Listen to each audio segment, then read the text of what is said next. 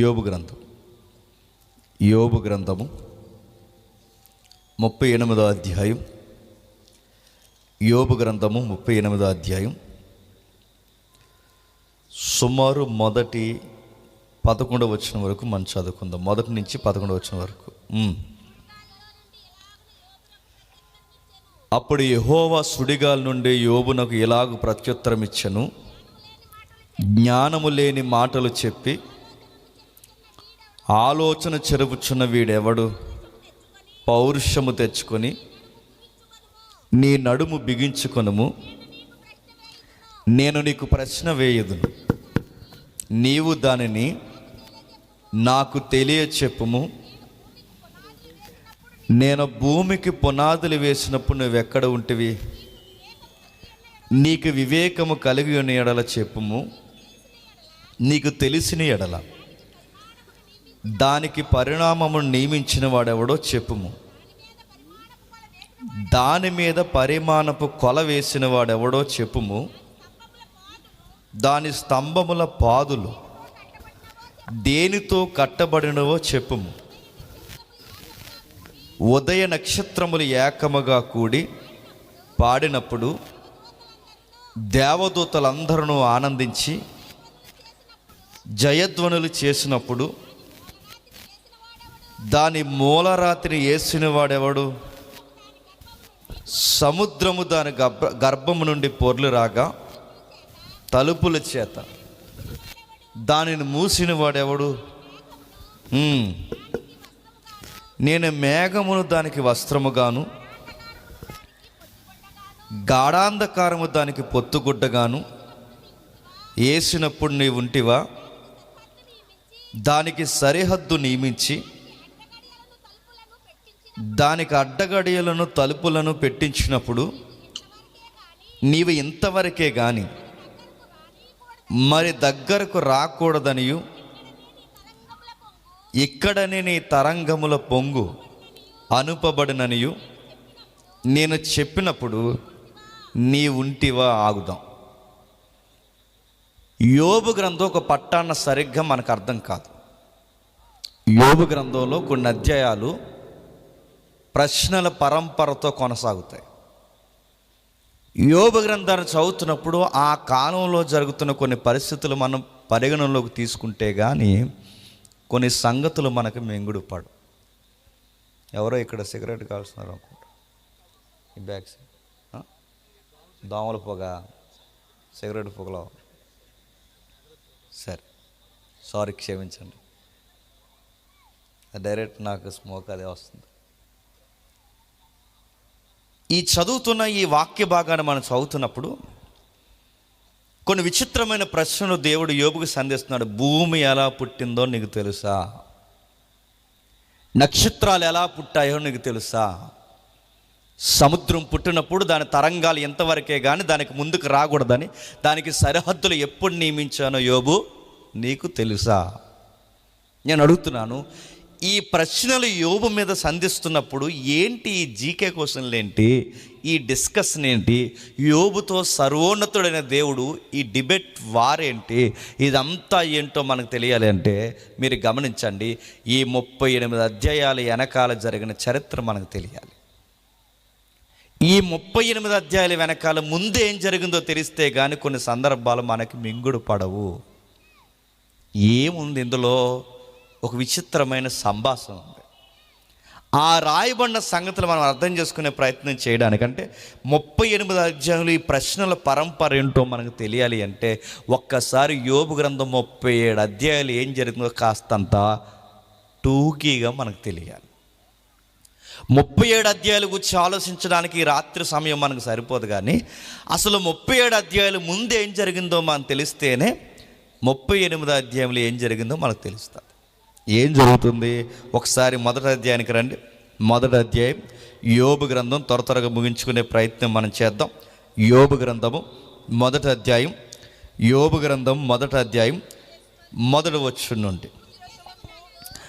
ఊజు దేశమునందు యోబు అనే ఒక మనుష్యుడుండెను. అతడు యథార్థవర్తనుడును న్యాయవర్తనుడై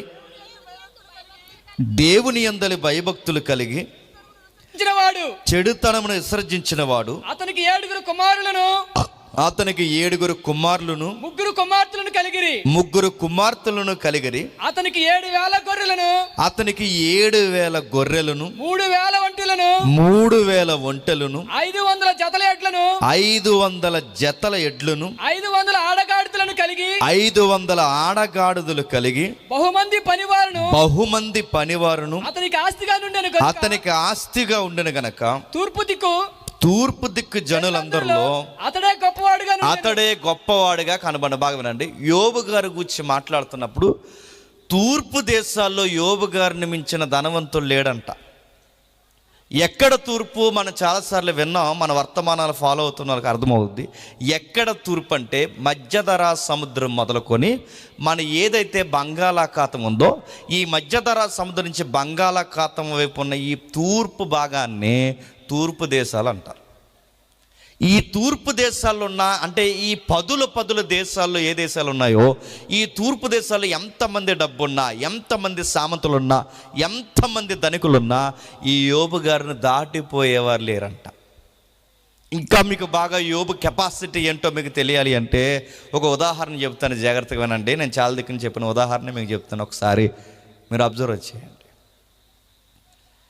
ప్రపంచంలో ఎవడో చేయలేని పెళ్ళి భారతదేశంలో చేశారు, రిలయన్స్. ఆ రిలయన్స్ వాళ్ళు చేసిన పెళ్ళి, ఆ పెళ్ళికైన ఖర్చు 6,000 కోట్లు. 6,000 కోట్లు.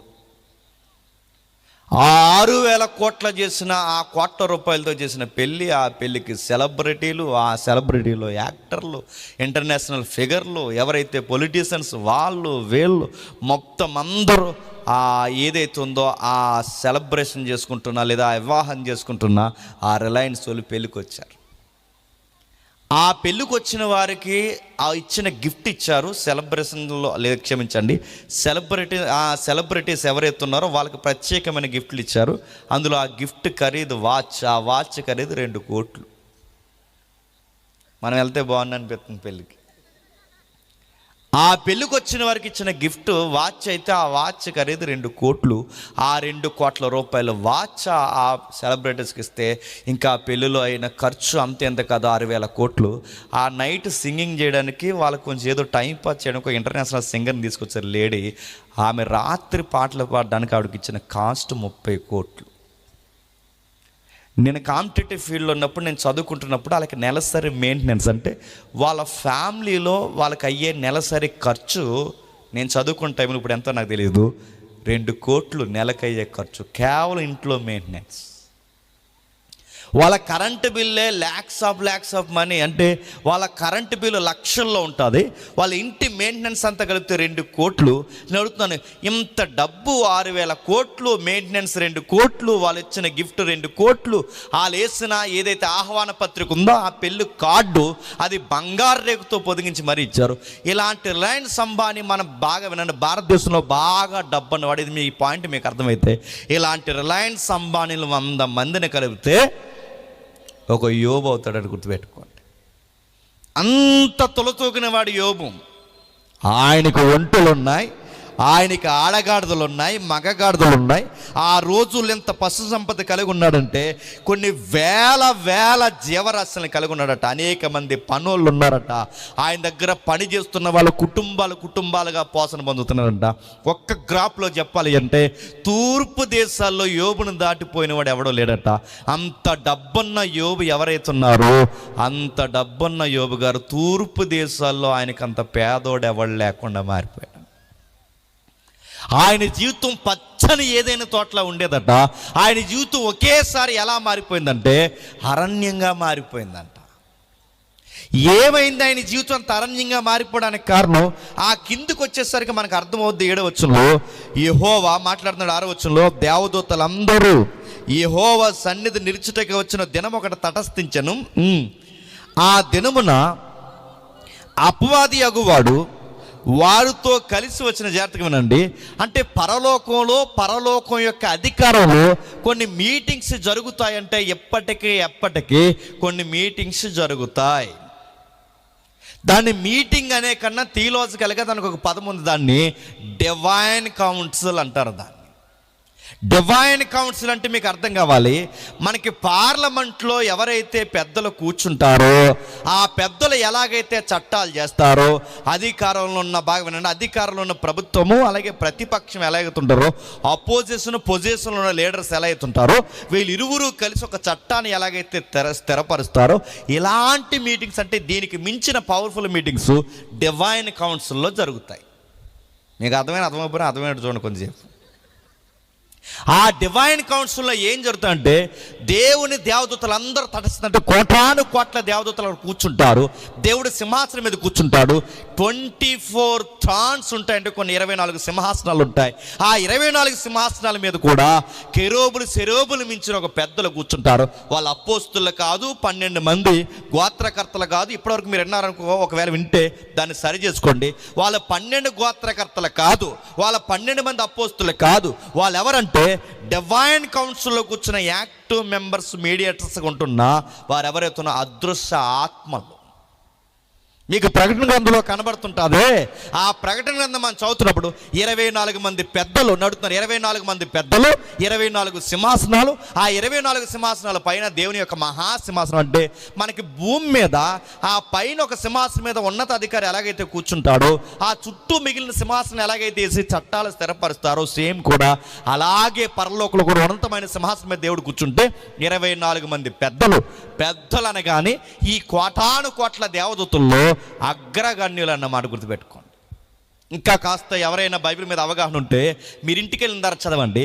దానియేలు గ్రంథం చదువుతున్నప్పుడు పారసికుల అధిపతి యూదులు ఎవరైతున్నారో వాళ్ళ మీదకి పగబెట్టి, పారసికుల అధిపతి ఎవరైతున్నారో దేవుని పిల్లల మీద పగబెట్టి వాడు వస్తుంటే, ఆ పారసికుల ప్రధానమంత్రి భూమి మీద పనిచేస్తున్నప్పుడు పారసికుల ప్రధానమంత్రికి ఆపోజిట్గా డివైన్ కౌన్సిల్ నుంచి ఆపరేట్ చేస్తున్న మరొక అదృశ్య ప్రధాని ఉంటాడు. మీరు కావాలంటే ఇంటికి వెళ్ళిన తర్వాత చదవండి.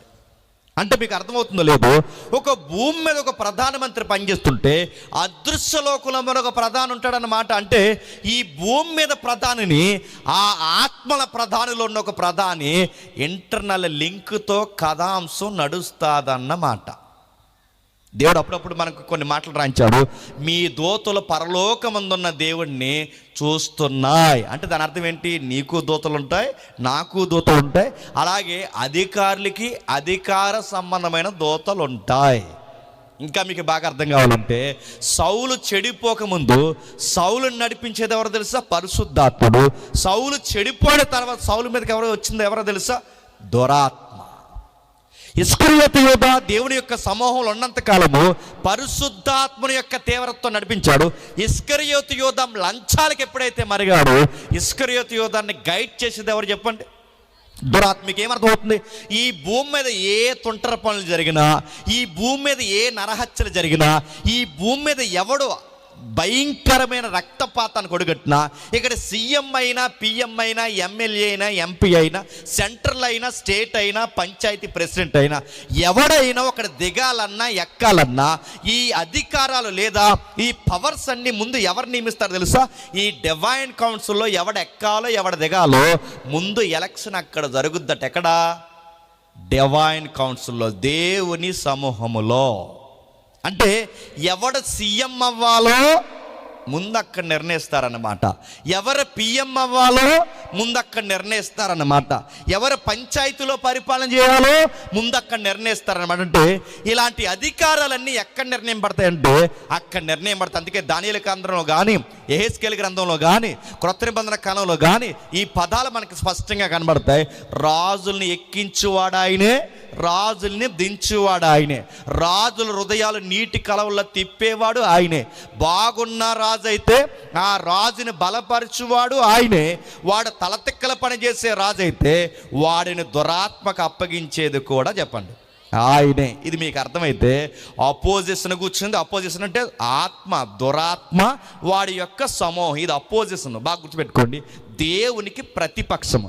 దేవుని అధికార పక్షంలో ఆయన ఉంటే ఆయనకు ఆపోజిట్గా, అంటే బాగా వినండి, ఈ యూనివర్స్ మనకు కనబడుతున్న ఈ యూనివర్స్ ఏదైతే ఉందో, ఈ యూనివర్స్లో ఏం జరుగుతుందో మనకు కనబడని ఇన్విజిబుల్ యూనివర్స్ ఒకటి ఉంటుంది. దాన్ని డివైన్ కౌన్సిల్ అంటే ఈ ఆత్మ, పరలోకము, నరకము, పాతాళము, ఈ మాట్లాడుకున్న మీ భాష, ఇదంతా కనబడని అదృశ్య లోకం అన్నమాట. అంటే ఇవన్నీ మన చుట్టూ ఆవహించే ఉంటాయి కానీ మనకు కనబడవు. ఎందుకు కనబడమని అప్పుడప్పుడు సీరియస్గా మాట్లాడుతుంటారు చాలామంది. ఈ మధ్య లింగులింగమని 10th పాస్ అయిపోయి, ఈ కరోనా బ్యాచ్ అంతా లింగులింగమని 10th పాస్ అయిపోయి అడుగుతున్న పెద్ద ఇంటర్నేషనల్ క్వశ్చన్ లేడు చెప్పిన. దేవుడు ఉంటే నాకు కనబడమను, దేవుడు ఉంటే నాకు వినబడమని. అంటే దేవుడు ఉంటే నీకు కనబడమంటే నీకు కనబడరు అయ్యా. నీకెందుకు కనబడ్డంటే నువ్వు చదువుకున్న చదివే నీకు చెప్తుంది. ఎందుకంటే మనం చూస్తున్నది పొడవు, ఎత్తు, ఎడల్పు. దీన్ని ఏమంటారంటే 3 డైమెన్షన్ అంటారు. దీన్ని పొడవు, ఎత్తు, ఎడల్పు అంటే ఈ కన్ను, ఈ రెటీనా దేన్ని చూడగలదంటే 3 డైమెన్షన్ మాత్రమే చూడగలదంటే ఈ యూనివర్స్లో 3 డైమెన్షనే లేదు. 4th డైమెన్షన్ ఉంది, 5th డైమెన్షన్ ఉంది, 6th డైమెన్షన్ ఉంది, ఇలా సుమారు 12 డైమెన్షన్స్ వరకు ఉన్నాయి. అంటే ఏంటని అడగండి, అంతే. మనకు అసలు సబ్జెక్ట్కి వెళ్ళిపోదాం. అంటే ఈ డైమెన్షన్స్ ఉన్నాయంటే నువ్వు 3 డైమెన్షన్ అంటే ఏంటి? పొడవు, ఎత్తు, ఎడల్పు. దీనికి మించుంటే ఈ కన్ను చూడలేదంటే చూడలేదు. ఈ కన్నుతున్న ప్రాబ్లం ఏంటి చెప్పనా? దీనికి కొన్ని సెకండ్స్ వేగంతో, సుమారు కొన్ని ఫిల్ముల వేగంతో ఒక వేగం పోయిందనుకోండి, ఆ కన్ను ఆ వేగాన్ని కూడా పట్టుకోలేదు. అంటే ఈ కన్నుకి పరిమితి ఉంది. దీని యాంగిల్కి ఒక డిగ్రీ ఉంది. దీని ఎత్తు, పొడవు, ఎడల్పు మాత్రమే చూడగలదు. మరి దేవుడు 3 డైమెన్షన్లో లేడు. ఆయన 4th డైమెన్షన్లో లేడు. ఆయన 5thలో లేడు, 6thలో లేడు, 7thలో లేడు. ఆయన 8th, 9th, 10th, 11thలో కూడా లేడు. మన ఊహల కందని డైమెన్షన్లో ఉన్నాడు. ఇప్పుడు అలాంటి దేవుడు నీ 3 డైమెన్షన్లో కనబడిపోమంటే ఎలా కనబడిపోతాడు? నా మాట మీకు అర్థమైంది లేదు? ఆయన్ని కనబడాలి అంటే ఆయనకంటే ఒక టైం ట్రావెల్ ఉంది, ఆయనకంటే ఒక డైమెన్షన్ ఉంది, ఆయనకంటే ఒక యూనివర్స్ ఉంది. ఈ యూనివర్స్లో ఉన్న నీవు ఆ యూనివర్స్లో ఏం జరుగుతుందో నీకు తెలియాలి అంటే నీకు ఆయనకి మీడియేటింగ్ చేసే మరొక శక్తి కావాలి. ఆ శక్తినే ఆత్మ, ఆ శక్తినే పరిశుద్ధాత్మని అంటారు. గుర్తుపెట్టుకోండి. ఆయన వస్తే కానీ, ఆ మనోనేత్రాలు తెరిస్తే కానీ అక్కడ ఏం జరుగుతుందో మనకు ఒక పట్టా అన్న అర్థం కాదు. అయినా చూసినా మనకు అర్థమవుతుంది. ఈ శరీరాన్ని దాటిపోతే కానీ అర్థం కాదు. మీకు ఇంకా బాగా అర్థం కాదు. ఉదాహరణ చెప్తున్నానండి. ఎలీసా కాలంలో ఎలీసా చుట్టూన్న శిష్యు బృందం కంగారు అవుతుంటుంది.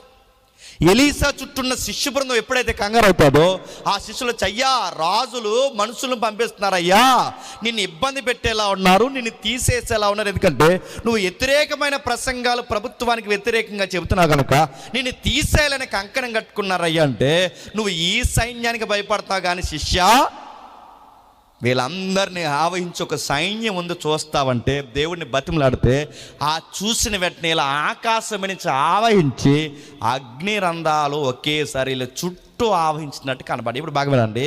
కనబడని ఒక యూనివర్స్ మన చుట్టూ నడుస్తున్నట్టే బైబుల్ రికార్డ్స్ మనకి చెబుతున్నాయి.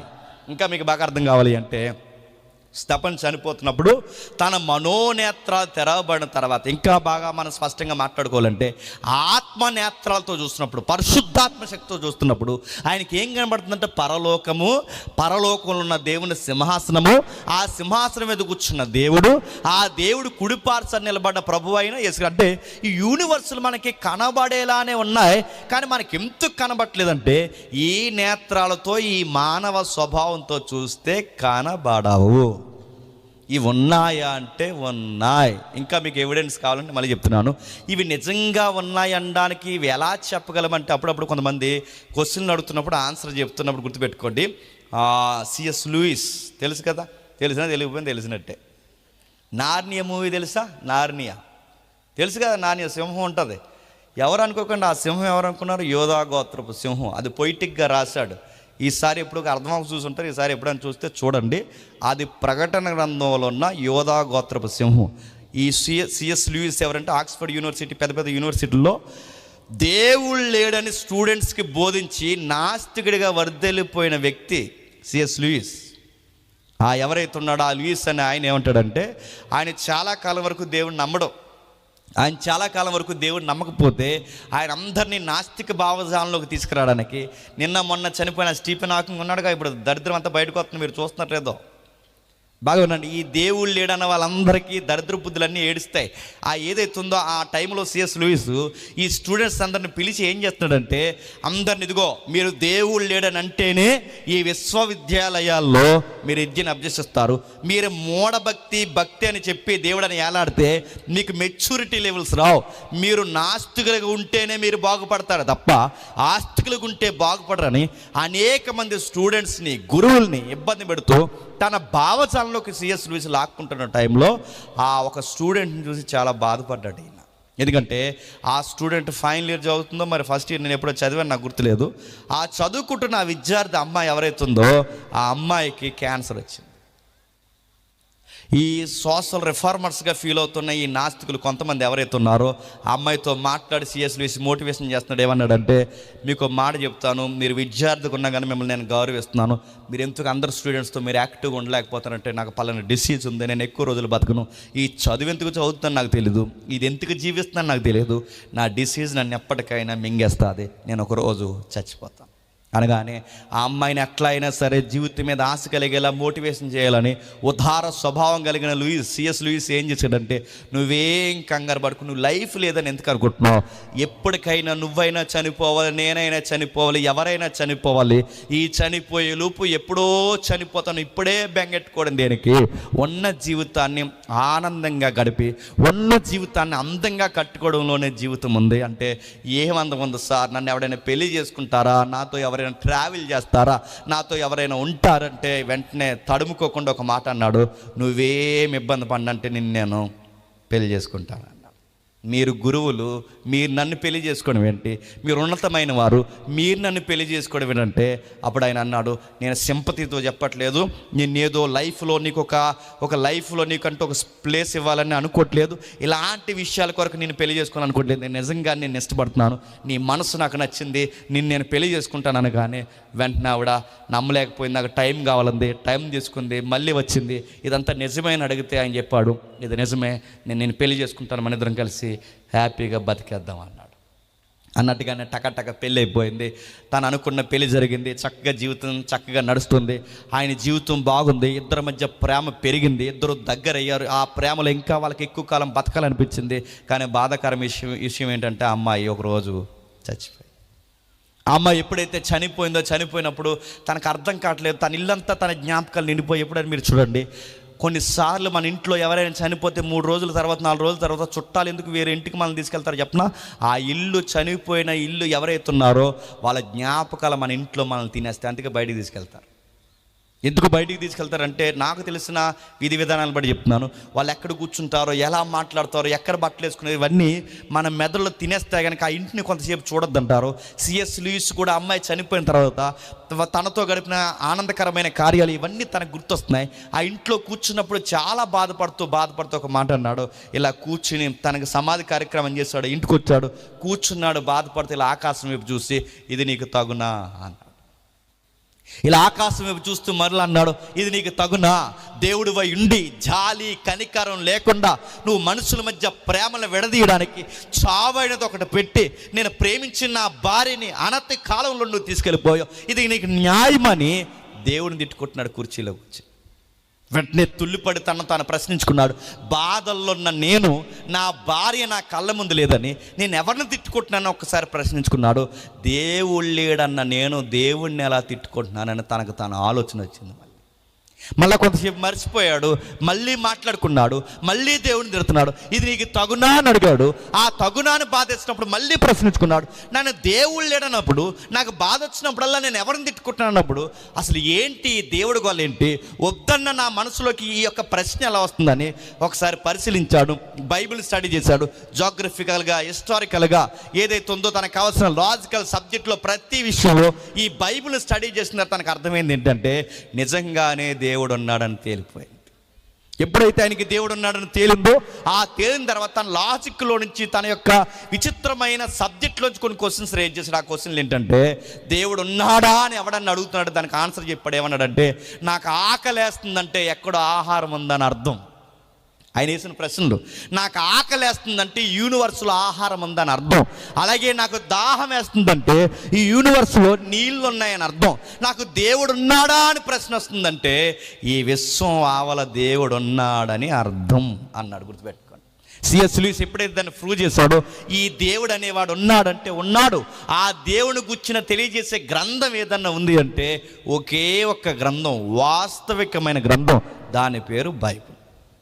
ఆ గ్రంథంలో రాస్తున్న సంగతులు ఆ పరలోకంలో ఔన్నత్యంలో ఆ సింహాసనం మీద దేవుడు కూర్చుని ఉన్నాడట.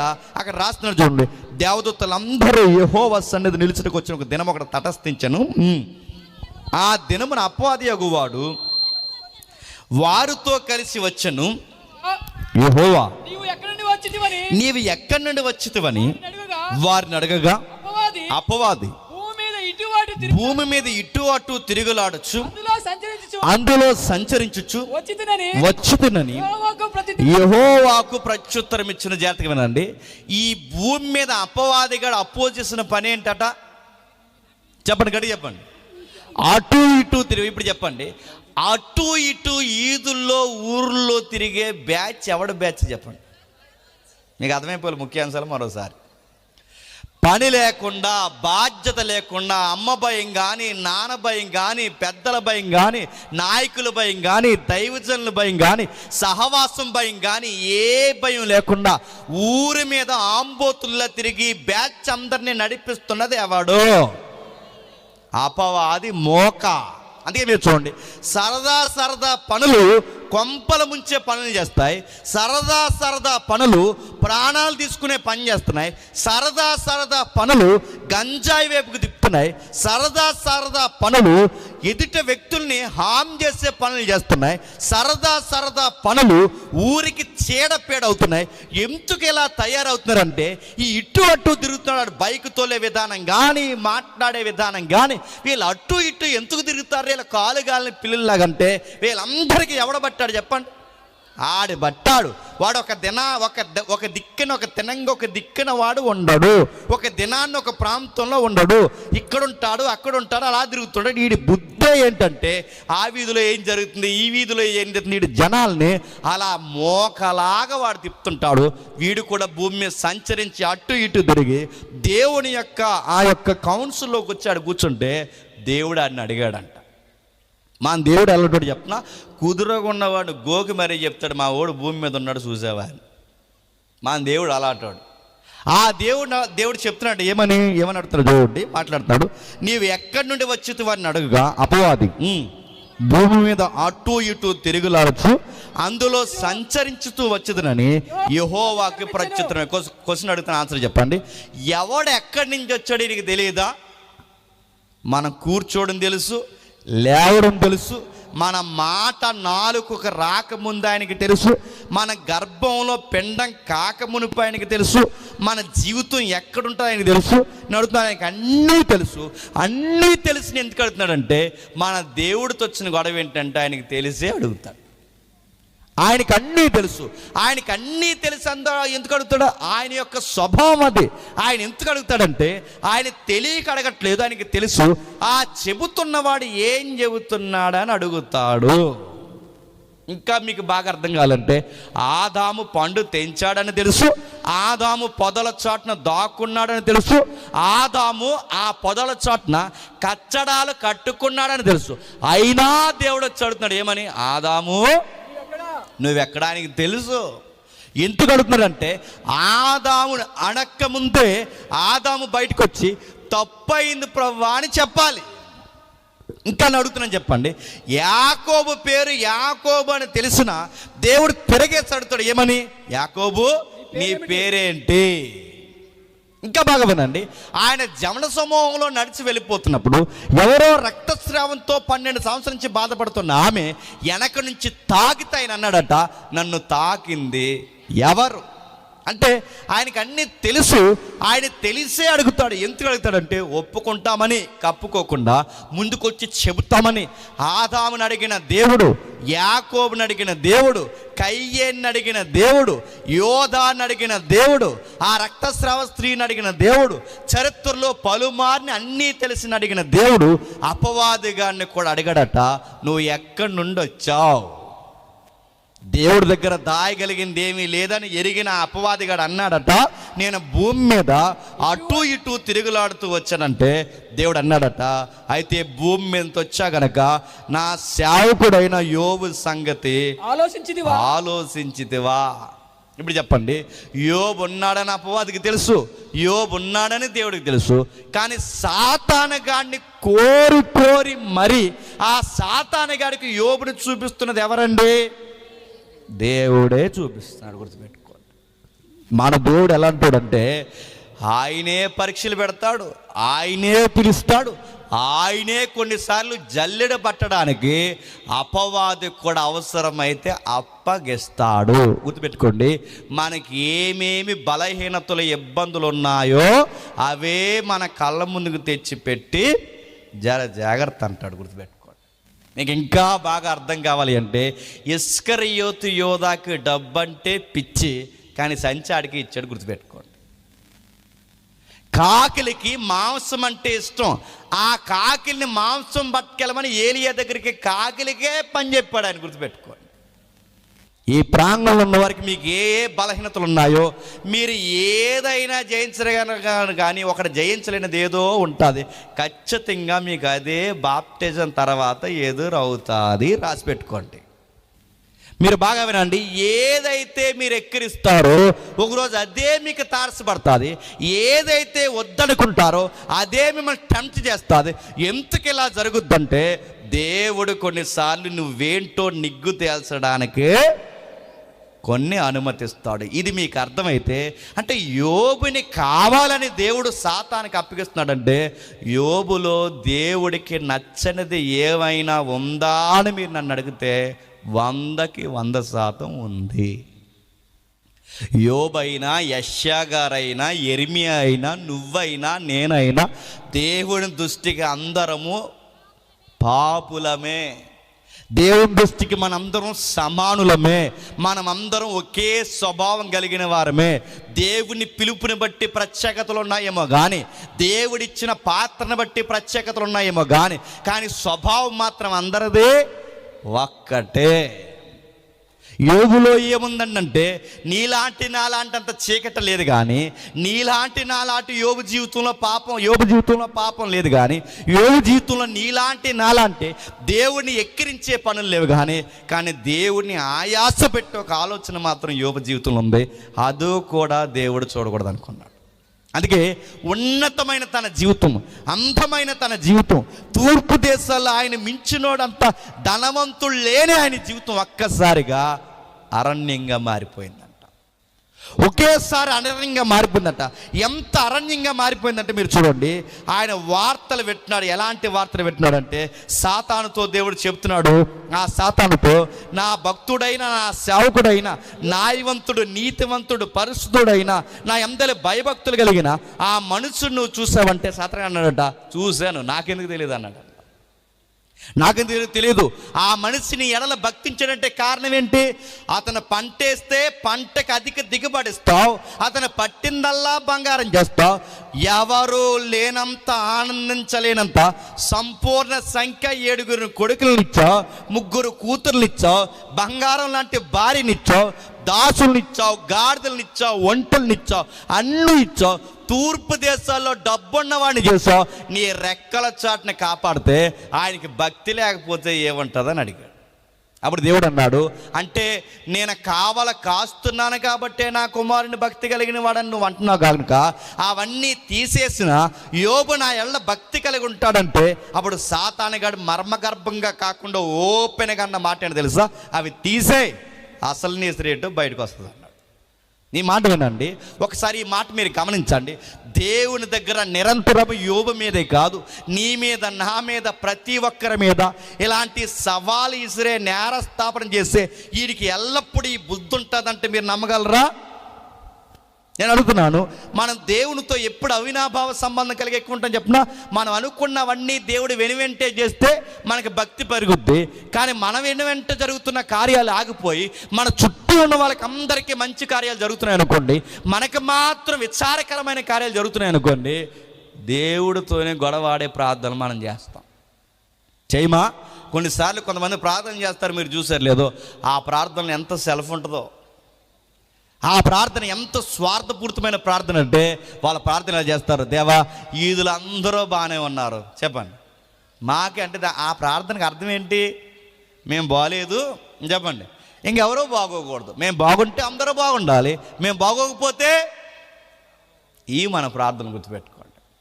ఈ మధ్యకాలంలో మీరు చూస్తున్నారు లేదో, దేవుడి మీద కోపగిస్తున్నారు, దేవుడి మీద గొడవాడుతున్నారు, దేవుడితోనే ఎటకారాలు ఆడుతున్నారు, దేవుడినే మార్కెట్కి తీసిపోతున్నారు. ఆవిడెవరో సాక్ష్యం చెప్తుంది, మీరు చూసారా? నేను త్వరగా ముగిస్తాను. ఆవిడెవరో సాక్ష్యం చెప్తుంది, మీరు చూసారు లేదో, ఆ సాక్ష్యం ఇలా చెప్తుంది. ఇలా సాక్ష్యం అడుగుతున్నాను, అలాంటి వీడియోలు లైవ్లు ఇవ్వకపోతే బాగుండు, ఏవి అప్లోడ్ చేయాలో ఏవి అప్లోడ్ చేయకూడదో స్థానిక సంఘంలో జరుగుతున్న ప్రతి గొడవ నెట్లో పెట్టడం వలన అన్యులు నవ్వుతున్నారు. ఏది సాక్ష్యమో ఏది సాక్ష్యం కాదో, ఏది తన్మయత్వమో ఏది బైబిల్ తత్వమో తెలియక ఇలాంటి బైబిల్లో లోతైన లేని వాళ్ళందరూ ఈ సాక్ష్యాల పేరుతో పెడుతుంటే ఈ లైవ్ల్లో కట్ చేసి ఊరేగిస్తారు. ఆవిడ సాక్ష్యం చెప్తుంది, వయసు పెద్దదే, నాకు తెలుసు ఆవిడకి 50 ఏళ్ళు 40 ఏళ్ళు ఉన్నాయి. ఆవిడ సాక్ష్యం చెప్తే ఇలా సాక్ష్యం చెప్తుంది ఏమన్నదంటే, ఈరోజు మార్కెట్కి వెళ్ళాను, నాకు ఉల్లిపాయలు కానీ బెండకాయలు కానీ దొరకలేదు. ఎందుకు నాకు దొరకలేదంటే యేసు ప్రభు నా మీద కోపమించాడంతే. అదేంటి ఆయన ఎందుకు కోపం ఇచ్చాడంటే, ఆవిడ ప్రతిసారి మార్కెట్కి వెళ్ళినప్పుడల్లా మార్కెట్కి ఎవరిని తీసుకెళ్తుందంట కూడా యేసుప్రభుని తీసుకెళ్తుందట. ఈరోజు తీసుకెళ్ళడం మర్చిపోయిందంట. అందుకు యేసుప్రభు పరలోకం నుంచి అన్నాడట, నన్ను తీసుకెళ్ళకుండా నువ్వు వెళ్ళా కనుక నీకు వంకాయలు బెండకాయలు ఉల్లిపాయలు ఎలా దొరుకుతాయి నేను సోతా అన్నాడట. ఎవరు? అందుకనంటే ఇప్పుడు ఉల్లిపాయలు దొరకలేదట, బెండకాయలు దొరకలేదట. అందుకు సాక్ష్యం చెప్తుంది ఏమని, ఇవాళ ఒక ఉల్లిపాయ కానీ బెండకాయలు కానీ నాకు దొరకలేదు, ఎందుకంటే మన నజరేయుడు నేను యేసు నాకు దొరకకుండా చేశాడు అని ఇలా పైకి చూసి నెక్స్ట్ వీక్ నేను తీసుకెళ్తానులే అంటుంది. ఎవరిని? అలాగ అయిపోయాడు దేవుడు. చూసారా? ఉల్లిపాయల కోసం సాక్ష్యం, గ్యాస్ సిలిండర్ కోసం సాక్ష్యం, పిల్లుల కోసం సాక్ష్యం, సీపుర్ల కోసం సాక్ష్యం, ఎవరని ఏడని అడగండి. ఇవన్నీ సాక్ష్యాలు అడుగుతాను. ఈయన మరీ ఇంత దిగజారని అడుగుతాను. ఈ దేవుడు ఏమై ఉన్నాడు?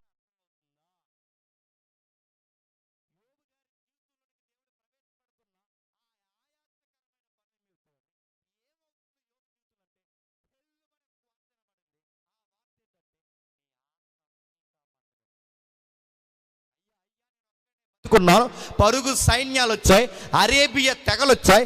ఆ తెగలు ఎవరైతున్నారో వాళ్ళు వచ్చి నీ మందల మీద దాడి చేస్తారు. ఇది పుక్కిడి పురాణం కాదు, ఇది లిటరల్గా జరిగింది. అందుకే అరేబియా తెగలు ఈరోజు కొన్ని గల్ఫ్ ఏరియా, ఆ గల్ఫ్ ఏరియాలో ఉన్న తెగలు నీ మీద నీ మందల మీద దాడి చేస్తాయి.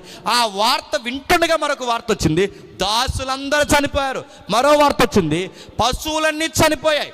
మరో వార్త వచ్చింది, మీ యొక్క సహోదరుడు ఎవరైతున్నారో వాళ్ళ పెదనాన్నగారి ఇంటికి మీ పిల్లలందరూ లంచ్కి వెళ్ళారు. ఆ లంచ్లో కూర్చొని వాళ్ళ భోజనం చేస్తుండగా నీ 7 కొడుకులు 3 కూతుళ్ళు కూడా చచ్చిపోయారు. ఆస్తులు పోయాయి, పశువులు పోయాయి, దాసులు పోయారు. ఇప్పుడు బాధాకరమైన విషయం, వయసుకు వచ్చిన నీ కూతుర్లు కొడుకులు చచ్చిపోయారు. సముద్రం ఒడ్డున నిలబడితే అప్పుడప్పుడు కెరటాలు తాకిడి మీరు ఎప్పుడైనా గమనించారు లేదో, సముద్రం ఒడ్డున నిలబడినప్పుడు కెరటాలు అప్పుడప్పుడు పేళ్ళు మన గుండెల మీద కొడుతుంటాయి చూసారా? అలాంటి శ్రమలు అనే కెరటాలు యోబును కొడుతున్నాయి. ఒకదాని వెనకాల ఒకదాని వెనకాల ఒకటి ఊపిరాడకుండా యోబును కొడుతుంటే ఒక వార్త కాదు, 2 వార్తలు కాదు, 3 వార్తలు కాదు, పడాలమని ఆయన జీవితం మీద ఈ చేదైన వార్తలు కొడుతున్నట్టు మౌనమైపోయాడు, బాధపడిపోయాడు. ఆ బాధల్లో ఉంటుండగా ఆయన వచ్చాడు. 20 వచ్చిన ఏదో జరుగుతుంది చూడండి. అప్పుడు యోబు లేచి తన పై వస్త్రం చింపుకొని తల వెంట్రుకలు గొరించుకొని నేల మీద సాష్టాంగపడి నమస్కారం చేసి, నేను నా తల్లి గర్భం నుండి దిగంబరిని ఇచ్చుదని, దిగంబరిని అక్కడికి తిరిగి వెళ్ళదును, యెహోవా ఇచ్చను, యెహోవా తీసుకొని పోయును, యెహోవా నామమునకు స్తుతి కలుగును గాక. ఇప్పుడు చెప్పండి, నా బిడ్డలు చనిపోవాలన్నా, నా ఆస్తులు పోవాలన్నా, నా దాసులు దూరం అయిపోవాలన్నా, నేను ఒంటరైపోవాలి అన్నా, నాకు అనారోగ్యం పాలవ్వాలన్నా ఎవరు సెలవు లేకుండా జరగదంటున్నాడు? ఆయనకి ఆ క్లారిటీ ఉంది. మనం ఏమనుకుంటే చెప్పినా యోబు జీవితాన్ని ఇలా అరణ్యంగా మార్చేసింది సాతానుగాడు అనుకుంటాం, కానీ ఇంటర్నల్ ఆన్సర్ ఏంటంటే యోబు జీవితాన్ని అలా అరణ్యంగా మార్చడానికి వాడికి అంత రైట్ లేదు. వాడికి ఆ రైట్ దక్కిందంటే ఇలా అరణ్యంగా మారిపోవడానికి యోబు జీవితంలో మొత్తం కథ స్క్రీన్ పై అంతా నడిపిస్తుంది ఎవరు చెప్పండి? దేవుడే.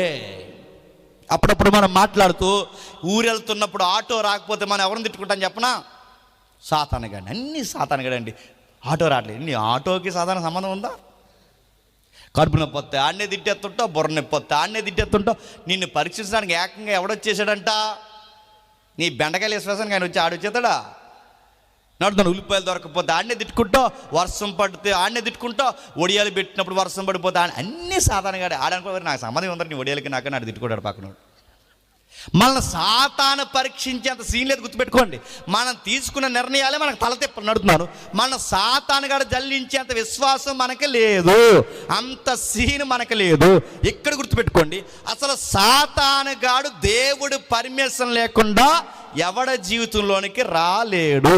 అది యోబుకి తెలుసు. అందుకే యోబు ఏమంటున్నాడంటే యెహోవా ఇచ్చాడు, యెహోవా తీసుకోడు. అంటే యోబు ఏమంటున్నాడు? సాతానుగాడు తీసిపోయాడు అంటలేదు, చెప్పండి. యెహోవా ఇచ్చాడు, యెహోవా తీసుకుపోయాడు. ఇప్పుడు సాతాను కూడా ఏమంటుందో చూడండి, 4వ వచనంలో, 2వ అధ్యాయం 4వ వచనంలో అపవాది ఇంకా ఆస్తులు తీసేస్తానే, పిల్లలను తీసేస్తేనే, ఇంకా అడుగుతున్నాను తన యొక్క ఏదైతే ఉందో బిడ్డలను తీసేస్తేనే, ఆడపిల్లని తీసేస్తాను, ఎన్ని తీసేస్తే ఏముంది? మనిషి మరింత మానసికంగా కృంగిపోవాలి అంటే ప్రియులు చనిపోవడం కాదు, ఆస్తులు పోవడం కాదు, ఈయన యొక్క జీవిత భాగస్వామి పోవడం కాదు. మనిషి మానసికంగా కృంగిపోవాలంటే సూత్రం ఒకటే, వాడు హెల్త్ డిస్టర్బెన్స్ అవ్వాలి. సాతానుగాడు ఏమి బోర్డు సలహా ఇస్తున్నాడు చూడండి. వాడు ఇస్తున్న సలహా అంటే వాడి డిసీజ్ తేలేడు, గుర్తుపెట్టుకోండి. వాడి డిసీజ్ ఇవ్వలేడు, వాడు ఏ అగ్ని గంధకాలు కురిపించలేడు. ఇంకా గట్టిగా మాట్లాడితే వర్షాలు కురిపించే సీన్ కూడా వాడికి లేదు. అప్పుడప్పుడు మీటింగ్లో వర్షాలు పడుతుంటే ఎవడ పని అంటారు? ఇది అంత లేదు, గుర్తుపెట్టుకోండి. వర్షం పడాలన్నా ఆయనే, వర్షం ఆగాలన్నా ఆయనే, ఒకడికి జబ్బు రావాలన్నా ఆయనే, ఒకడికి ఆరోగ్యం రావాలన్నా ఆయనే. అసలు సాతానుగాడు ఏదేని తోటలోకి రావాలన్నా వెల్కమ్ ఆయనే చెప్పాలి. ఆయన సెలవు లేకుండా ఏ ఆత్మ కానీ దృశ్య రూపంలో ఉన్న ఏ పదార్థం కానీ కదలడానికి రైట్ లేదు. అందుకే సాతానుగాడు ఏమంటాడంటే బిడ్డలను చంపేసో బాగానే ఉంది, సాతానుగాడు అంటున్నాడు చూడండి, ఆస్తులు తీసేసో బాగానే ఉంది, ఎన్ని తీసేసినా ఇంకా యోబుకి ఆరోగ్యం ఉంది, అది తీసేయి. వాడు అడుగుతున్నాడు చూడండి 4వ వచనంలో, చర్మాన్ని ఇచ్చావు, చర్మంతో పాటు ప్రాణాన్ని ఇచ్చావు, దాని యావత్తుని నరులకు ఇచ్చావు కదా. ఇప్పుడు నేను అడుగుతున్నాను, ఇంకొకసారి సాతానుగాడు ఇంకొకసారి నీవు చెయ్యి చాపి, ఎవరు చెయ్యి చాపి? ఎవరు చెప్పండి? యోబు బిడ్డల మీదకి ఎవరు చేయొచ్చింది? సాతానుగాడు కాదు, గుర్తుపెట్టుకోండి. యోబు బిడ్డల మీదకి ఎవరు చేయొచ్చింది? దేవుడిది. యోబు ఆస్తుల మీదకి ఎవరు చేయొచ్చింది? దేవుడిది.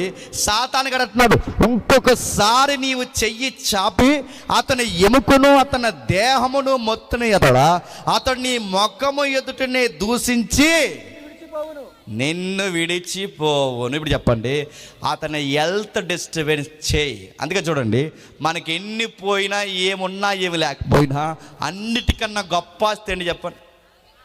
ఆరోగ్యం. ఆరోగ్యం పోయిందో మానసికంగా కుంగిపోతాం. మీరు కావాలంటే చూడండి, ఎప్పుడన్నా డాక్టర్ గారి దగ్గరికి వెళ్ళినప్పుడు ఆ డాక్టర్ గారు మనతో మాట్లాడుతూ ఒకడు వచ్చావా, ఎవరినైనా తీసుకొచ్చావా అన్నాడే అనుకోండి, వెంటనే 2 మోసం చేయకపోతే అక్కడే మనకి హెల్త్ డిస్టర్బెన్స్ అంటే భయం. డాక్టర్ గారు మన ఏపు చూడకుండా రాసేస్తున్నాడు అనుకోండి, సరే ఏంటి సార్ అలా రాస్తున్నాడు, వెయిట్ ఎవరైనా ఉంటే ఫోన్ చేయను, అంతే భయం. జబ్బు వస్తే భయం, బాధ వస్తే భయం. ఆ డాక్టర్ మన వైపు ఎర్రగా చూసి మౌనంగా రాసేస్తే భయం నడుపుతాను. హెల్త్ భయం అంటే ఎంత భయమో. అందుకే కరోనా వచ్చి చనిపోయిన కన్నా కరోనా భయం వల్ల చచ్చిపోయిన వాళ్ళు ఎక్కువ అంట. నేను చాలా దిక్కుని చెప్పిన సూత్రం మీకు చెప్తాను వినండి. లాస్ట్ ఇయర్ చెప్పాను అనుకుంటే ఒకసారి జ్ఞాపకం చేస్తాను. కరోనా వచ్చిన టైంలో ఎంత భయపెట్టేశారండి. ఎంత భయపెట్టారంటే ర్యాబీస్ వ్యాధి వస్తే ఎలా ఉంటుందో ఆ లక్షణాలు ఉన్నట్టు చూపించారు. నిజానికి ఆ లక్షణాలు లేవు కరోనాకి, కానీ న్యూస్ మీడియా ఏం చేసిందంటే అలాంటి లక్షణాలు ఉన్నట్టు చూపించే జనాలు భయపడిపోయారు, గజగజ వణుకుపోయారు, భయానికే సగం మంది చచ్చిపోయారు. ఆ న్యూస్ రీడర్లకు పని ఏమి లేదు, వాళ్ళ పైన కూర్చుని నిలబడి మాట్లాడుతుంటారు. వాళ్ళు ఏం చెప్తారంటే, వాళ్ళు మాట్లాడుతున్నప్పుడు ఇలా అంటారు, ఇదిగో కరోనా లక్షణాలు ఎలా ఉంటాయంటే, కరోనా వచ్చినప్పుడు కుడిముక్కు మూసుకుపోతుంటుంది దానిగా మన టీవీ ముందు కూర్చుని రాత్రి నుంచి అలాగే ఉంది అనుకున్నాను. కరోనా వచ్చినప్పుడు ఎలా ఉంటుందంటే కొంచెం కడుపు ఉబ్బరించి రాత్రి నుంచి గ్యాస్ ఎక్కువైపోయింది, భయంతో చచ్చిపోయారండి చాలామంది. నేను ఇంకా అడుగుతాను, చెప్పండి, కరోనా లక్షణాలకి భయపడిపోయారు. ఇంకా విషయం చెప్పిన, ఆ టైంలో కరోనా వచ్చినప్పుడు పెద్ద వార్త ఏంటంటే సీఎంలు, పిఎంలు, మంత్రులు, ఎంపీలు అందరూ కలిసి అందరూ సొక్కాలు ఇప్పి టీకాలు వేయించుకుని అన్నారట, కరోనాని జయించాలంటే అందరూ టీకాలు వేయించుకోండి బతికేస్తారన్నారు. అంతే. అందరూ ఏం చేశారు, తీశారు ఫస్ట్ డోస్, సెకండ్ డోస్, ఆ డోస్, ఈ డోస్, బూస్టర్ డోస్, డోసుల మీద డోసులు, రికమెండేషన్లు ఏం చేశారు, పంచాయతీలు నిలబడి అందరు లైన్లు వెళ్తుంటే మోతిబర్లు అందరూ వెనకాల గుమ్మ నుంచి వెళ్ళి మొత్తం అన్ని కరోనా డోసులు వేసారు. ఫస్ట్ డోస్, సెకండ్ డోస్, ఆ డోస్, ఈ డోస్ వేసాక సావుకోరు చల్లగా చెప్పారు, ఏమని, డోసులు వేయించుకున్నందుకే చచ్చిపోతున్నారంట. నా మాటలు అర్థమవుతున్నాయా? ముందేమో చెప్పండి ఎదుగకపోతే చచ్చిపోతున్నారు, ఇప్పుడు మనిషికి ఆరోగ్యం అంటే అంత భయం. గుర్తుపెట్టుకోండి, మనసుకు ఏదన్నా అవుతుందంటే భయం. అందుకే శరీరాన్ని కొట్టు, మాంసాన్ని కొట్టు, ప్రాణాన్ని కొట్టు. అలా ఎప్పుడైతే తన హెల్త్ని డిస్టర్బెన్స్ చేస్తావో, దేవా ఇంకొకసారి నీ కుమారుడని యోబు మీదకి నీ చెయ్యి చాపితే నీ ముఖం ఎదుటనే నిన్ను దూషిస్తాడు. లేరు ఎలాంటి మనుషులు చెప్పండి? లింగమని డిఎస్సిలో ఒక మార్క్ రాకపోతే చర్చి మానేసిన విద్యార్థులు లేరు. అనుకున్నది జరగకపోతే ఇంక నేను చర్చికి రానని దేవుడి మీద కోపగించే భక్తులు లేరు చెప్పండి. వాళ్ళు అనుకున్న ఆస్తులు అప్పులు తిరగపోతే ఇంక ఈ దేవుడు మాకెందుకని దేవుడినే దూషించే వాళ్ళు లేరు. అంటే కలిసి వస్తే దేవుడిని పొగుడుతారు, వాళ్ళు ఎంత అడిగినా జరగకపోతే దేవుడిని తిడతారు. దేవుణ్ణి దూషించే వాళ్ళు ఉన్నారు. వాళ్ళని బాగా వినండి, వాళ్ళ ఇంట్లో ఎవరైనా ఇష్టమైన వాళ్ళు చనిపోతే దేవుడు లేడు, దయ్యం లేదని నాస్తికులుగా మారిపోయిన వాళ్ళు లేరు. నేను అడుగుతున్నాను, బాగా భక్తిని గడించి, బాగా పాటలు పాడి, బాగా సేవలో తిరిగి, అంతా తిరుగుతున్న వాడి ఇంట్లో కానీ వాడి జీవితంలో కానీ ఏదన్నా హెల్త్ ప్రాబ్లం వస్తే ఇన్ని చేసినా దేవుడు మమ్మల్ని పట్టించుకోలేదంటని దేవుడి మీద గుసగుసలు మాట్లాడే వాళ్ళు లేరు, ఉన్నారు. యోబు కూడా అలాగే మాట్లాడతాడని భవిష్యత్తు ఎరగని ఈ సాతానుగాడు దేవుడికే సలహా ఇస్తాడు, ఏమనంటే ఒక్కసారి ఆరోగ్యం తీసే, నీ కుమారుని తిట్టకపోతే చూడన్నాడు. తీసేశాడు. ఏమవుతుంది, యోబుని ఎప్పుడైతే ఆరోగ్యం పోయిందో 8వ వచనంలో జరుగుతుంది చూడండి. అతడు ఒళ్ళు గోక్కుండుటకై చిల్లా పెంకి తీసుకొని బూడిదలో కూర్చుండు. కంటే ఆయనకి శరీర సంబంధమైన ఏ ఇబ్బందులు వచ్చాయి, ఆయన గోగుతుంటే తన భార్య చందట, అతని భార్య వచ్చి, నువ్వు ఇంకను యథార్థతను వదలకుందావా, దేవుణ్ణి దూషించి మరణము కమ్ము, దేవుణ్ణి దూషించి మరణం కమ్ము. ఇప్పుడు ప్రశ్న అడుగుతుంది, చెప్పండి, ఎవరిని దూషించాలట? నేను అడుగుతున్నాను, దేవుడిని ఎందుకు దూషించాలి? నిజానికి ఈ కాన్సెప్ట్లో ఎవరిని దూషించాలనుకుంటాం? సాతానుగాడి పని అనుకుంటాం, కానీ దేవుణ్ణి దూషించినట్టు దాని అర్థం ఏంటి చెప్పండి? యోబు భార్యకు కూడా తెలుసు, ఏమని చెప్పండి, ఇదంతా దేవుని పని అని. బాగా వినాలి, యోబుకి తెలుసు, సాతానుగాడికి తెలుసు, యోబు భార్యకి తెలుసు. అంటే పచ్చని తన జీవితం అరణ్యంగా మారిపోవడానికి కారణం ఎవరు చెప్పండి? దేవుడే. సాతానుగాడు ఒక పావు మాత్రమే, ఆడి మిస్టేక్స్ లేవని అంటలేదు, కానీ దేవుడు పర్మిషన్ లేకుండా ఆడి మిస్టేక్ కూడా ఇక్కడ చెయ్యలేడు, ఈ కాంటెక్స్ట్లో చెయ్యలేడు, వాడు ఎలాంటి విధి విధానాలు చేయలేడు. అప్పుడు ఆవిడ వచ్చి అంటుంది, దేవుడిని దూషించి నీ యథార్థత వదిలి చచ్చిపో. నిజానికి చాలామంది యోబు భార్య చెడ్డదంటారు, కానీ కొన్ని వ్యాఖ్యానాలు ఏముందంటే యోబు భార్య మంచిదే. ఎందుకు చెప్పినా, ఆవిడ ఎందుకు మంచిదంటే తన భర్త కళ్ళ ముందు బిడ్డలను పోగొట్టుకుని, ఆస్తులు పోగొట్టుకుని, అంత ఉన్నతంగా బ్రతుకుతున్న తన భర్త ఇప్పుడు బూడిదలో కూర్చుని ఇలా సిల్లా పెంకులతో గోక్కోడు ఒక భారీగా చూడలేకపోయింది, తట్టుకోలేకపోయింది. ఇంకా యథార్థత, ఇంకా దేవుడిని అంటున్నావు, నా కళ్ళ ముందు ఇంత బాధపడే కన్నా నువ్వు చనిపోతేనే బాగుంటుంది నేను అనుకుంటున్నానయ్యా, నేను చూడలేకపోతున్నాను. ఏ భార్య అన్న అంతే గుర్తుపెట్టుకోండి. జర్జాగా బ్రతికిన భర్త తన కళ్ళ ముందు ఒకేసారి అలా కుదేలైపోయాడు అనుకోండి, ఏ భార్య అయినా తట్టుకోగలదా? యోబు భార్య కూడా సహజంగా మాట్లాడుతుంది, అయ్యా నేను చెప్తున్నాను, నా సలహా పాటించు, దేవుని దూషించంటే అందుకు అతడు మూర్ఖురాలు మాట్లాడినట్టు మాట్లాడుకు. మనం దేవుని మేలును అనుభవించుటమా, కీడిని మనం అనుభవించడం తగదని యోబు మాట్లాడాడు. తర్వాత సైలెంట్ అయిపోయాడు. సుమారు సైలెంట్ అయిపోయిన ఆయన వారం రోజులు కూర్చుండిపోయాడు. బూడిదలో కూర్చున్నాడు. బాగా వినండి, బూడిదలో కూర్చున్నాడు. ఆ బూడిదలో కూర్చున్న ఆయన తాను వాదార్చుకుంటకు దొక్కించుటకు ఆయన ఆకాశం వైపు ఎత్తి బూడిద జల్లుకుంటూ ఆయన శరీరాన్ని ఆ పెంకులతో గోకుతూ ఆయన చాలా బాధపడుతున్నప్పుడు ఆయన క్లోజ్ ఫ్రెండ్స్ 3 ఉన్నారట. ఎవరికి? యోబు గారు. జాగ్రత్తగా వినాలి. 38వ అధ్యాయం అంటే ఏంటో మనకు అర్థం కావాలి అంటే అసలు ముందే ఏం జరిగిందో మనకు తెలియాలి. ఎప్పుడైతే ఆ 3 స్నేహితులు వచ్చారు, 3 స్నేహితులు వచ్చి ఏం చేస్తున్నారు? 10వ వచనంలో, తేమానీయుడైన ఎలీఫెజు, సుహీయుడైన బిల్దాదు అని చెబుతూ 12వ వచనంలో, వారు వచ్చి దూరం నిలబడి కన్నులెత్తి చూసినప్పుడు యోబుని పోల్చలేక తమ వస్త్రములు చింపుకొని ఆకాశం తట్టు తల మీద ధూళి చల్లుకొని ఎలిగెత్తి ఏడ్చి అతని బాధ అత్యధికంగా ఉండినని గ్రహించి ఎవరునో అతనితో ఒక్క మాటను పలకక రేయిం పగళ్ళు 7 దినములు అతనితో కూడా నేల మీద కూర్చుండారు. ఇప్పుడు బాగోనండి, ఆయన క్లోజ్ ఫ్రెండ్స్ వచ్చారట.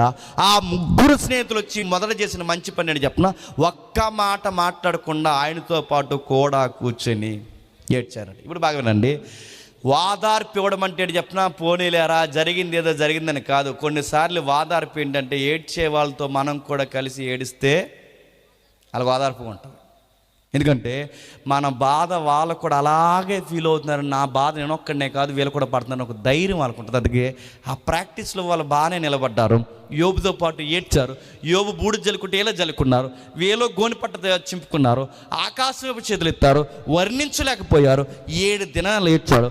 ఆ ఏడుస్తూ 7 దినాలు కూర్చున్న తర్వాత యోబు మెల్లగా మాట్లాడుతున్నాడు. ఆ యోబు మెల్లగా మాట్లాడితే ఏమంటున్నాడంటే, ఆ 3వ అధ్యాయం కొన్ని వచనాలు చదివిన త్వరగా ఈ సందర్భం ముగిస్తాను. యోబు మాట్లాడుతూ, నా తల్లి గర్భధారం మూయినందుకు, నా నేత్రములు అది బాధను మరుగు చేయనందుకు నేను పుట్టిన దినము లేకపోవును గాక, అసలు నాకు బర్త్డే లేకపోతే బాగుండు. ఈ అధ్యాయంలో ఉన్న మాట తెలుసా? నేను వెలుగును చూడకపోతే బాగుండు, అంధకారం నా జీవితంలో లేకపోతే బాగుండు, నా జీవితంలో పగల కమ్మకపోతే బాగుండు, అగాధం రాత్రి నా జీవితాన్ని పట్టుకుంటే బాగుండు, మాంసాలు అంటే నెలలు రోజులు నేను చూడకపోతే బాగుండు, రాత్రి నా జీవితంలో లేకపోతే బాగుండు, అంధకారం నా జీవితంలో కలిగితే బాగుండు. ఇలా ప్రతిసారి రోజు లేకపోతే బాగుండు, వెలుగు లేకపోతే బాగుండు, రాత్రి లేకపోతే బాగుండు, నేను పుట్టకపోతే బాగుండు అని బాధపడుతుంటే వెంటనే యోబు స్నేహితులు అన్నారట, నువ్వు అంతెందుకు బాధపడిపోతున్నావు, నీకు విషయం చెప్తున్నా, నువ్వేదో దేవునికి వ్యతిరేకమైన పని చేసావు అన్నారట. బాగా వినండి, కొంతమంది స్నేహితులు ఉంటారు, వాళ్ళు మనం చాలా క్లోజ్ అనుకుంటాం, కానీ మన ముందు ఒకలా మాట్లాడతారు, వెనక ఒకలా మాట్లాడతారు. అది చాలా నెటోరియస్ యాటిట్యూడ్ కలిగిన వాళ్ళు గుర్తుపెట్టుకోండి. వాళ్ళకి వాదార్చం వచ్చనుకున్నాం, మొదటి స్థానంలో బాగానే ఉన్నారు, సెకండ్ పేజ్లో వాళ్ళు ఏం చేస్తున్నారు తెలుసా? యోబుతో అంత బాధలో ఉన్న యోబుతో, సర్లే యోబు మరలా దేవుడికి పడి ఏడుద్దాం, దేవుడు మరలా నీ జీవితాన్ని లేవనెత్తాడు అంటే బాగుండాలి అనకుండా దేవుడికి సపోర్ట్ చేస్తున్నట్టు మాట్లాడు, యోబుకి దేవుడిని యాంటీ చేస్తూ వాళ్ళు అన్న మాట ఏంటంటే, ఇన్ని కష్టాలు వస్తున్నాయంటే నీ 7 కొడుకులు చనిపోయి, కూతుర్లు చనిపోయి, ఆస్తులు పోయి, అన్నీ పోతున్నాయంటే, ఒక్క రోజులో నీ స్టోరీ మొత్తం మారిపోయిందంటే నువ్వేదో పాపం చేసేవారు అన్నారంట. బాధల నుండి మనం ఏడుస్తుంటే ఇలా బయటకు వచ్చిన మన చుట్టాల పట్టాల మన స్నేహితులు మన మీద మాట్లాడి చెప్పినా మనం ఏదో పాపం చేసామంటారు. అప్పుడప్పుడు మీరు గుర్తుపెట్టుకోండి, మన ఇంట్లో ఎవరైనా చనిపోయి, మన ఇంట్లో ఎవరికైనా వ్యాధి వచ్చి, మన ఇంట్లో ఎవరికైనా బాధ వచ్చి మనం బాధపడుతుంటే, మన ఇంటికి వచ్చిన వీళ్ళు ఆ మన ప్రియులను పోగొట్టుకుని మనం లోపల ఏడుస్తుంటే, వీళ్ళ టెంట్లలో కూర్చుని టీలు సమోసాలు వీళ్ళ పకోడీలు తినేసి వీళ్ళ బయట మాట్లాడే మాట ఏంటో తెలుసా? ఏదో చేసుంటారు వీళ్ళ దేవుడికి వ్యతిరేకంగా అంటారు. మన టీ తాగేసి మన పొగడి తినేసి ఇలా మాట్లాడే మాటలేవు. అంటే మన ఇంటికి వచ్చి మళ్ళీ మన మీద గుర్తుపెట్టుకోండి, అరే మా ఇంటికి వచ్చావు, మా ఇంట్లో కూర్చున్నావు, నేను పెట్టిన ఆహారం తింటున్నావు, ఆ నోరు ఎలా వచ్చిందంటే ఎప్పుడు గుర్తుపెట్టుకోండి, మనకి బాధలు ఉన్నప్పుడల్లా ప్రతి ఒక్కడు మనకు సలహా ఇస్తాడు, మనం బాధలున్నప్పుడల్లా ప్రతి ఒక్కడు మనకు బాగానండి సలహాదారుడు అయిపోతాడు. మీరు గుర్తుపెట్టుకోండి, మనకు బాధలు ఉన్నప్పుడల్లా మన అనీతివంతులు అయిపోతాం. వాళ్ళు మాత్రం చెప్పండి నీతిమంతులు అయిపోతారు. ఎప్పుడు గుర్తుపెట్టుకోండి, బాధలు పడుతున్న ప్రతి ఒక్కడు బాధపడని వాడికి లోకువా. వాడు ఏమనుకుంటాడంటే వీడు ఏదో దేవుడికి వ్యతిరేకమైన పని చేశాడు, అందుకే వీడికి ఇన్ని బాధలు వస్తున్నాయని యోబు గారిని పాయింట్ అవుట్ చేస్తానంట. యోబు ఏమంటున్నాడు, అరే నేను ఏ తప్పు చేయలేదురా, నేను నీతికి పడి చచ్చానురా, నేను ఎవరి డబ్బు దొంగతనం చేయలేదురా, యథార్థంగా బతికానురా, నీతిగా బతికానురా అని యోబు ఆర్గ్యుమెంట్ చేస్తున్నాడు. లేదురా, నువ్వు ఏ మిస్టేక్ చేయకపోతే దేవుడు ఎందుకు నీ జీవితంలోకి ఇన్ని కష్టాలు ఇస్తాడు అంటే, ఏమో నాకు తెలియదురా, ఎందుకు నా జీవితంలోకి ఇన్ని కష్టాలు వచ్చాయి నాకు తెలియదు, కానీ దేవుడైతే అనుమతించాడని నమ్ముతున్నాను, దేవుడే అనుమతించడాన్ని పరీక్షిస్తానని నమ్ముతున్నాను. కానీ ఒకటైతే నేను చెప్పగలనురా, నేను ఏ పాపం చేయలేదని యోబు, లేదు చేసేవని యోబు స్నేహితులు, నేను ఏమీ చేయలేదని యోబు, చేసేవని వీళ్ళు, చేయలేదని ఈయన, చేశానని వీళ్ళు, చేయలేదని ఈయన, ఈ ఆర్గ్యుమెంట్ మొత్తం 37 అధ్యాయాలు నడిచింది. గుర్తుపెట్టుకోండి, అదే యోబు గ్రంథం. అంటే చేయలేదని ఈయన, చేయలేదని ఈయన, చేశారని వాళ్ళు, ఈ ముగ్గురు సరిపోలేదనగా మళ్ళీ 4వ తయారాడు యోబు మీద ఆర్గ్యుమెంట్ చేయడానికి. ఆడి పేరే ఎలోహో. గుర్తుపెట్టుకోండి, మాట్లాడుతున్నాయా? చేయలేదని ముగ్గురు స్నేహితులే బుర్ర తింటుంటే, నేను ఏమీ చేయలేదని ఈ ముగ్గురు స్నేహితులకే సమాధానం చెప్పలేకపోతే ఇంకొక 4వ వాడు వచ్చాడట. ఈడొచ్చి ఏం చేస్తున్నాడు, వీడు కూడా వచ్చి మీ ముగ్గురికి ఏమీ తెలియదు యోబు, నీకు ఏమీ తెలియదు, నేను చెప్తున్నాను యోబు నువ్వేదో తప్పు చేసావు అన్నాడంట. ఆ టైంలో యోబు బాధల్లో కూరుకుపోయి, దుఃఖంలో కూరుకుపోయి, వీళ్ళతో వాదించలేక దేవుని సమాధానం కొరకు ఆకాశం వైపు చేతులెత్తి బూడిద జలుకుని ఏడుస్తూ, దేవా నా జీవితం ఎంత ప్రశ్నార్థకం అయిపోయింది ఏంటయ్యా, నా బిడ్డలు చనిపోవడం ఏంటి, నా దాసులు చనిపోవడం ఏంటి, నా స్నేహితులే ఈ బాధల్లో నన్ను పొడి చేయడం ఏంటి, నన్ను మరింత చచ్చిన నన్ను ఇంకా చంపే ఈ మాటలేంటి, నా దృష్టిలో వీళ్ళు నిన్ను విలన్న చేస్తున్నారు, నా దృష్టిలో వీళ్ళు నన్ను వ్యతిరేకంగా మాట్లాడుతున్నారు, నేనే నీకు నచ్చలేదన్నట్టు మాట్లాడుతున్నారు, నాకు ఏం అర్థం కావట్లేదని ఇన్ని ప్రశ్నలతో దుఃఖంతో మౌనమైపోయి మాట్లాడలేక ఏడుస్తూ మూలుగుతున్న యోబుని వాదార్చడానికి 38వ అధ్యాయంలో వచ్చాడు. ఎవరు? దేవుడు. వచ్చినోడు ఏమైనా వాదారుస్తున్నాడు చూడండి, త్వరగా ముగిద్దాం. 38వ అధ్యాయం మొదటి వచనం, అప్పుడు యెహోవా సుడిగాలి నుండి యోబునకు ఎలాగూ ప్రత్యుత్తరం ఇచ్చిన. ఎక్కడి నుండి? బాగుండండి, ఎక్కడి నుండి? గట్టి చెప్పండి, ఎక్కడి నుండి? నేను అడుగుతున్నాను, యోబుకి సుడిగాలి నుంచి ప్రత్యుత్తరం ఇవ్వడం అనేది సరి అయిన సందర్భమా? కాదు అనిపిస్తుంది మనకి. ఎందుకు చెప్పినా, సుడిగాలిలో నుంచి ఏలియాతో మాట్లాడితే పర్లేదు, సుడిగాలిలో నుంచి మోసేతో ఆ పర్వతం మీద మాట్లాడితే పర్లేదు, సుడిగాలిలోంచి ప్రవక్తలతో మాట్లాడితే పర్లేదు, కానీ సుడిగాలిలో నుంచి ఎవరితో మాట్లాడకూడదో తెలుసా? యోబుతో మాట్లాడకూడదు. ఎందుకంటే ఆ సుడిగాలి చూసినప్పుడల్లా యోబుకి ఏం గుర్తొస్తుంది చెప్పండి? తన పిల్లలు గుర్తొస్తారు. ఆ సుడిగాలే తన 7 కొడుకుల్ని చంపేసింది, ఆ సుడిగాలే తన వయసుకు వచ్చిన 3 కూతుర్ని చంపేసింది, ఆ సుడిగాలే తన అన్న కుటుంబాన్ని చంపేసింది, ఆ సుడిగాలే యోబుని దిక్కులేని వాడిని చేసింది. ఇప్పుడు అదే సుడిగాల్లోంచి ఎవరు మాట్లాడుతున్నాడంట?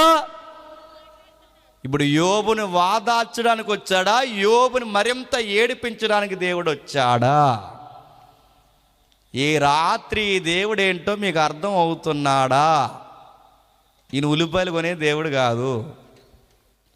ఈ దేవుడు ఏంటో మీకు అర్థమవుతుందంటే, మనకి ఏదైతే నచ్చదో, మనకి ఏదైతే గిట్టదో, మనం ఏదైతే తట్టుకోలేమో, మనం ఏదైతే భరించలేమో, అందులో నుంచే దేవుడు ఇంకా నిన్ను చావంచు వరకు పరీక్షిస్తాడు.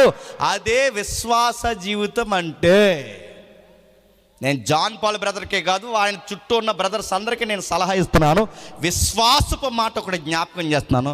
గతించిన కాలంలో తన కుమార్తె అధికమైన తీవ్రమైన తనకేదో తీరని బాధ, వయసుకు మించిన బాధలు హాస్పిటల్లో జాయిన్ అయితే చంటి పిల్లడు ఏడుస్తున్నట్టు ఏడుతున్నాడు. ఎందుకు? కూతురి మీద ఉన్న ప్రేమ.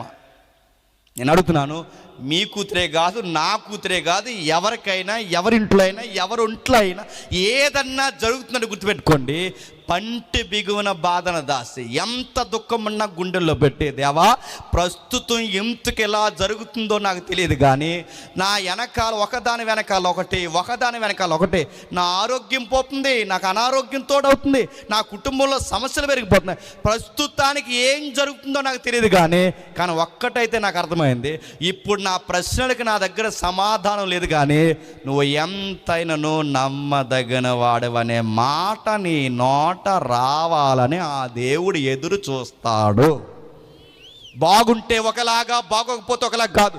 బాగున్నా బాగోకపోయినా దేవా నీ నీతికి పడి నీ కోసం నేను చస్తానని నాణ్యమైన విత్తనాలు ఆయనకి కావాలి.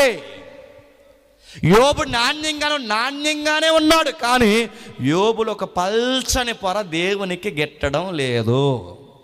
అందుకే యోబు ఏ సుడిగాలిని చూస్తే ఆయన మరింత దుఃఖపడతాడు, ఏ సుడిగాలుంటే ఆయన మరింత బాధల్లో గురైపోతాడు, ఏ సుడిగాలిని చూస్తే తన కొడుకులు కూతురు గుర్తొస్తాడు, ఆ సుడిగాల్లో నుంచి వచ్చారు. అంతే గుర్తుపెట్టుకోండి, బాధలు ఉంటాయి అంటే అలాగే ఉంటాయి.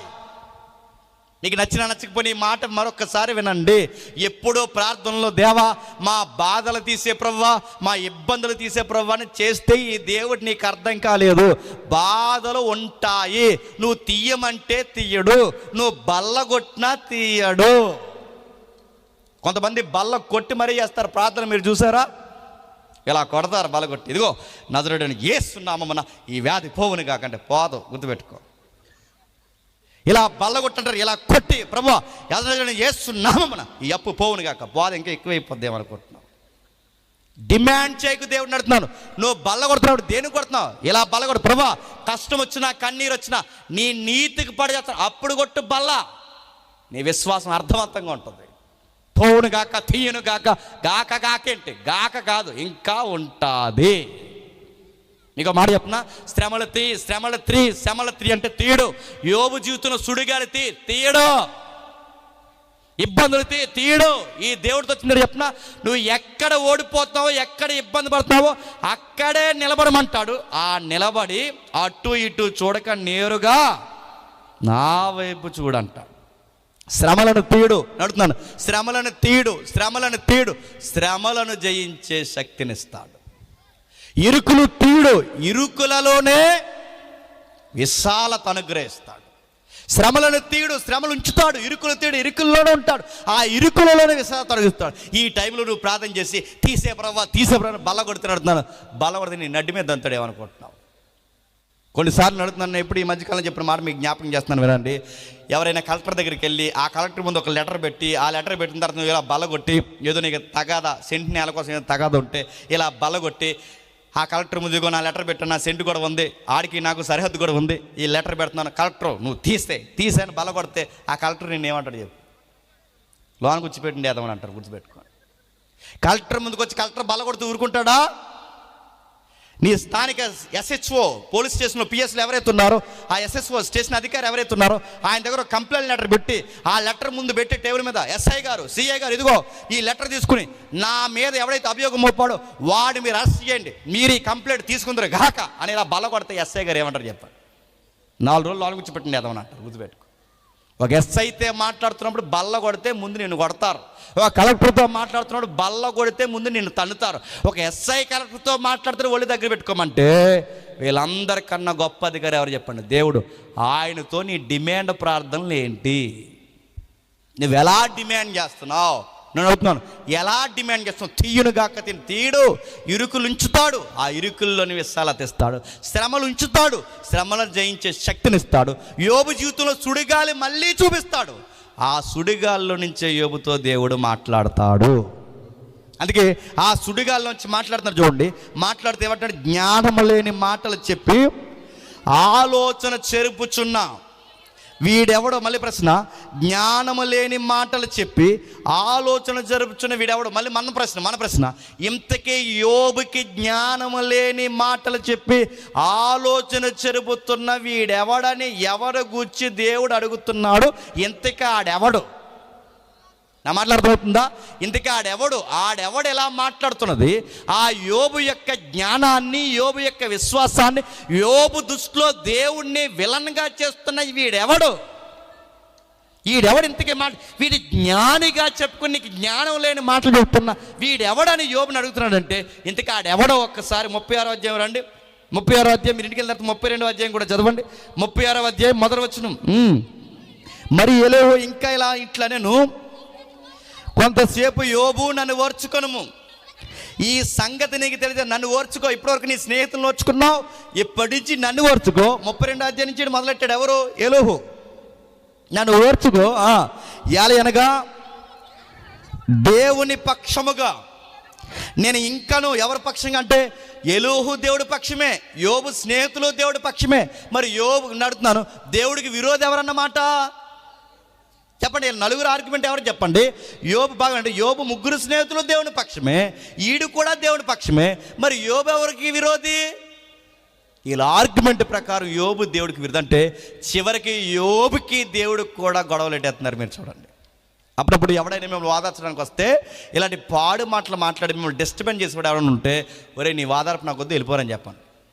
అప్పుడు కొంతమంది వస్తారు, గుర్తుపెట్టుకోండి, వాళ్ళ ప్రార్థన చేయరంటే ఆ ప్రార్థన ఏమంటే చెప్పిన, దేవా ఈ బిడ్డ ఏదైనా పాపం చేస్తుంటే అని మమ్మల్ని డిసైడ్ చేస్తావు పాపులని. నేను అడుగుతున్నాను, దేవా ఈ బిడ్డ ఏదన్నా పాపం చేస్తుంటే క్షమించు ప్రభు అని. కానీ ఆ మాటే మనకు భయం వేస్తుంది. ఏమని అంటే దేవుడే నాకు యాంటీ అయిపోయాడు అని. గుర్తుపెట్టుకోండి, కొంతమందికి వాదార్చం వచ్చినట్టు కనబడతారు, పెద్ద మనుషుల్లా కనబడతారు, కానీ వాళ్ళ ఆధ్యాత్మిక మాటలు అనుకున్న మాటలు అమాయకులైన విశ్వాసులను మరింత భయంలోనికి నెట్టేస్తాయి.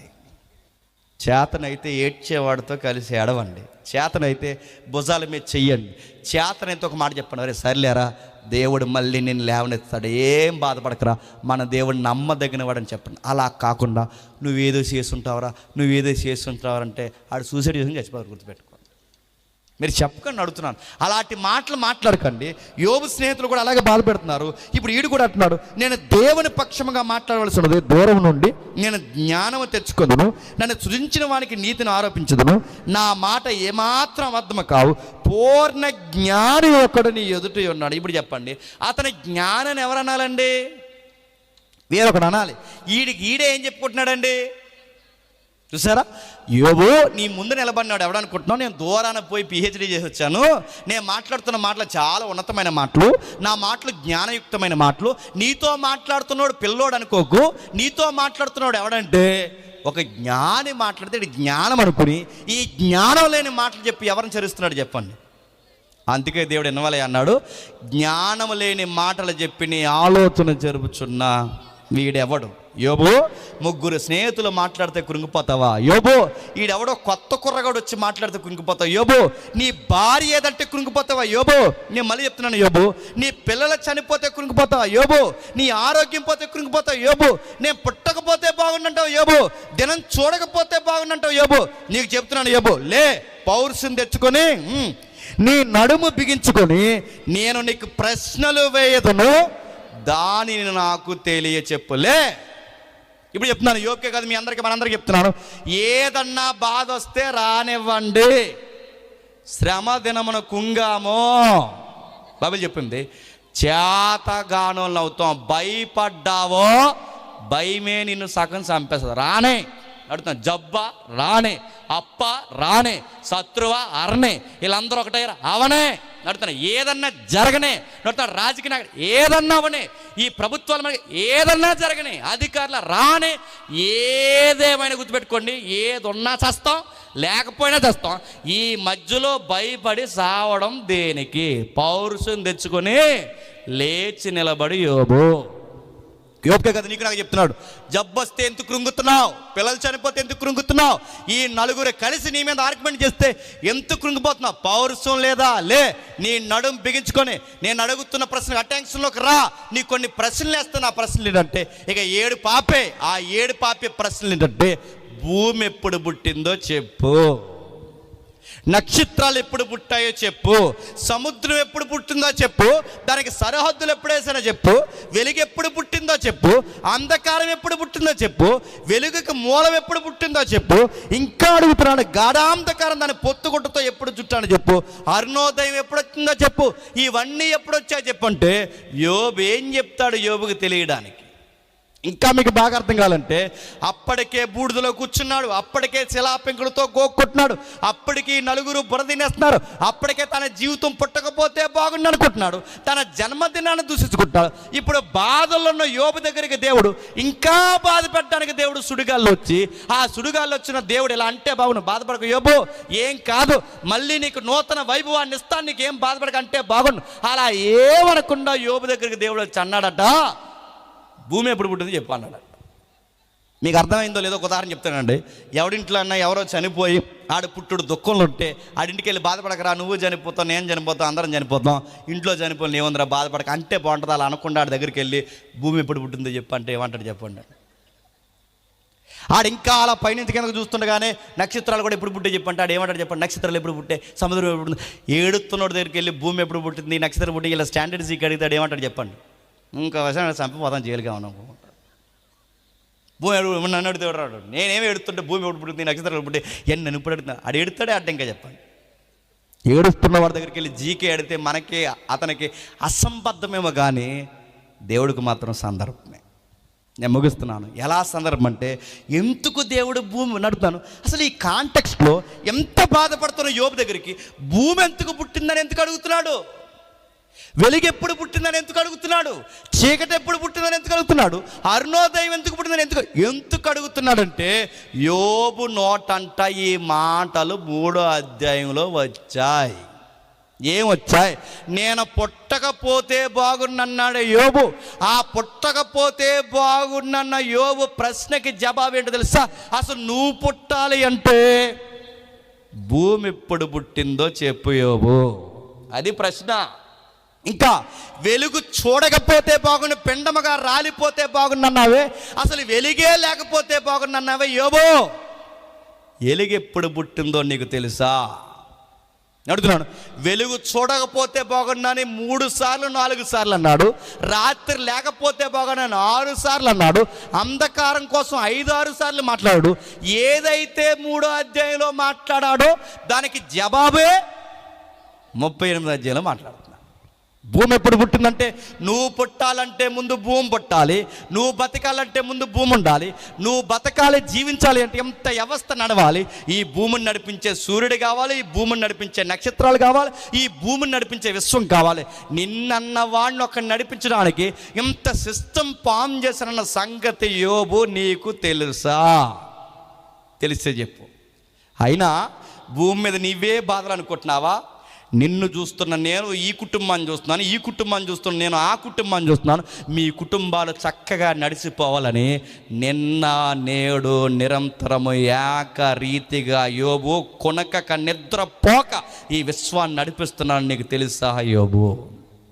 వెలుగు ఎప్పుడు పుట్టిందో నీకు తెలుసా? వెలుగే లేకపోతే బాగున్నావే, అసలు వెలుగు నువ్వు పుట్టించావా? మీ అయ్యి పుట్టించాడు? ఎవరు పుట్టించారు వెలుగు? అంధకారం ఉంటే బాగున్నావు, అంధకారం ఎలా వచ్చిందో నీకు కానీ మీ పితరులకు కానీ తెలుసా? అయినా నేను మాట్లాడుతున్నాను, ఇవన్నీ నీకు తెలుసా? ఇవన్నీ నీకు తెలిసే ఉన్నది కదా, నువ్వు బహువృద్ధులవు, అప్పటికే నీవు అంటే దాని అర్థం ఏంటి? పుట్టాడని కాదు. నేను ముగిస్తున్నాను. నువ్వు బహువృద్ధుడవు 21వ వచనంలో ఇదంతా నీకు తెలిసే ఉన్నది కదా, నువ్వు బహువృద్ధుడవు, నీవు అప్పటికే పుట్టా అంటే అప్పటికి పుట్టాడని కదా. ఆ మాటకి అర్థం ఏంటంటే నువ్వు పుట్టలా, నువ్వు లేవు, మీ తాత కానీ అయ్యి కానీ ఎవరు లేరు, నువ్వు లేవు. ఇదంతా నీకు తెలిసే ఉన్నది చెప్పంటున్నాడంటే దాని అర్థం ఏంటి? ఇదంతా నీకు తెలీదు. ఇంకా మీకు అర్థం కాని ఒక ఉదాహరణ చెప్తాను వినండి. అప్పుడప్పుడు తాతయ్య దగ్గరికి వెళ్ళి మనవడు మనవరాలు చెప్పారట ఏమని, ఇలా దొగ్గకూడదని. దొగ్గుతున్న తాతయ్య దగ్గరికి వెళ్ళన్నారట, తాతయ్య అలా దొగ్గకూడదు అని దొగ్గాలన్నారట. ఎవరితో?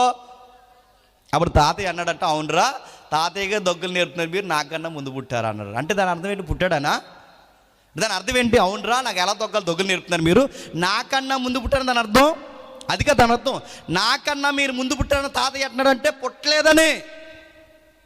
ఇక్కడ పొయిటిక్ ఇక్కడ దొందర్థంగా మాట్లాడుతున్న ఆ మాట మీకు అర్థం కావాలంటే, నువ్వు అప్పటికే పుట్టున్నావంటే పుట్టలేదు, ఇవన్నీ నీకు తెలుసంటే నీకు తెలియదు, అప్పటికి నువ్వు లేవు, నీ ఉనికి లేదు. నా ఆలోచనలో మీరు ఉన్నారు తప్ప అప్పటికి మీరు లేరు. వృద్ధుడు కాదు కదా, కనీసం పిండం కూడా నువ్వు కాదు.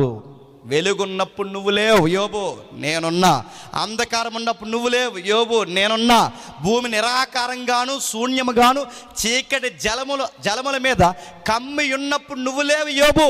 ఈ ఆకారం లేని భూమికి ఆకారాన్ని ఇచ్చినప్పుడు ఎవరున్నారో తెలుసా? యోబు నేనున్నాను, యోబు. నేను ముగిస్తున్నాను, జాతకి వినండి.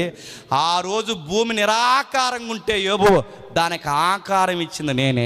ఈరోజు నీ జీవితం నిరాకారంగా మారిపోయింది యోబు, మళ్ళీ నూతన ఆకారాన్ని ఇచ్చేది నేనే యోబు.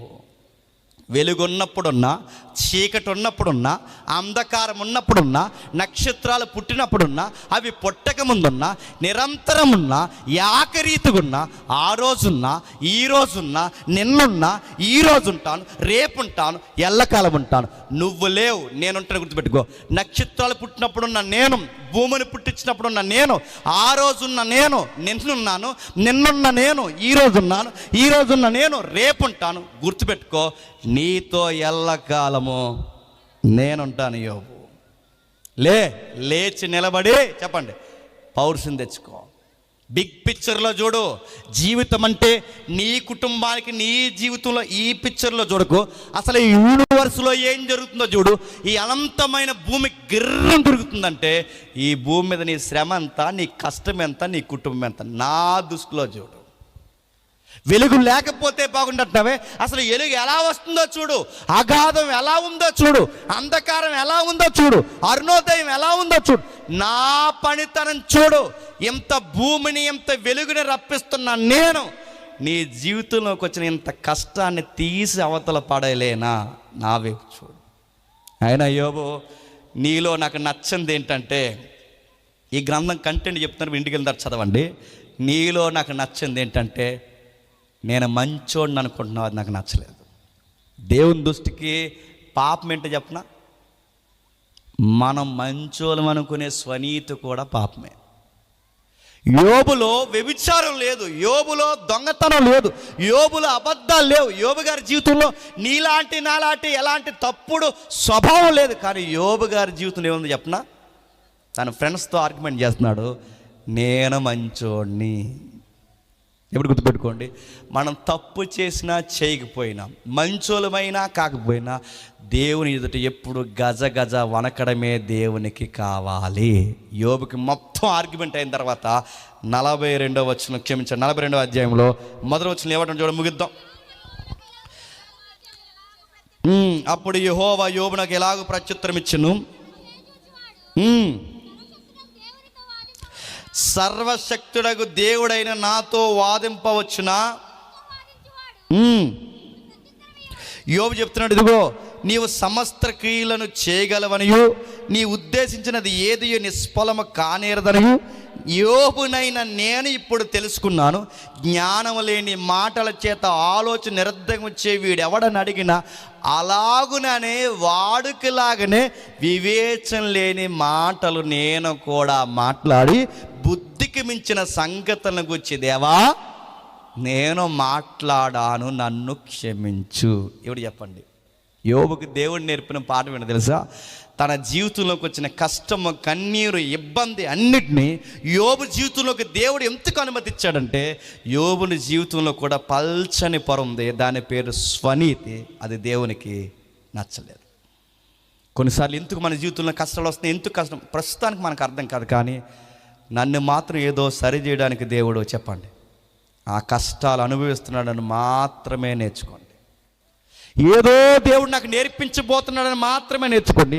నేను ఇంకా మాట్లాడకూర్చున్నాను, దయచేసి నా మాట ఆలకించు. ఒక సంగతి నేను అడుగుతాను, నాకు తెలియచే. నేను వినిన దాని గురించి వార్త నేను వింటిని, అయితే ప్రభువా నేను కన్నులారా నేను చూస్తున్నాను, నేను ఒక విషయం అర్థమవుతున్నాను ప్రభువా, మా ఫ్రెండ్స్ ఎవరైతున్నారో, నా స్నేహితులు ఎవరైతున్నారో వాళ్ళందరి పక్షాన కూడా వాళ్ళని నేను ప్రేమిస్తున్నాను, వాళ్ళ పాపాలు నా పాపాలు క్షమించే ప్రభువా. ఒప్పుకుంటున్నాడు చూడండి. ఇప్పుడు నా బిడ్డలు ఎందుకు చనిపోయారని డిప్రెషన్లో మాట్లాడలేదు, నా ఆరోగ్యం ఎందుకు పోయిందని డిప్రెషన్లో మాట్లాడలేదు, నా శ్రమల్లో నేను ఎలా పడితే అలా మాట్లాడేశాను, నన్ను చెప్పండి క్షమించు ప్రభువా. అందుకే బాగున్నప్పుడు దేవుణ్ణి ఎంతగా స్తుతిస్తామో చెప్పండి, బాలేనప్పుడు కూడా అంతగా స్తుతించాలని నేర్పించే గ్రంథమే యోబు గ్రంథం. మనకు అన్నీ బాగున్నప్పుడు దేవుడు గొప్పోడని ఎలాగంటామో, మనకు అన్నీ పోయినప్పుడు కూడా దేవుడు నమ్మదగిన వాడని అనడమే యోబు గ్రంథం. గుర్తుపెట్టుకోండి. నేను ముగిస్తున్నాను. ఇది చివరగా యోబు జీవితం మనకి ఇన్ని పాఠాలు నేర్పిస్తే, యోబైన అక్కడక్కడ దేవుడిని కొంచెం ఆయాసకరమైన మాటలు మాట్లాడాడు, కానీ యోబు జీవితంలో సగ జీవితం బాగుంది, సగ జీవితం కష్టమైంది, సగ జీవితం పూర్తిగా బాగుపడిపోయింది.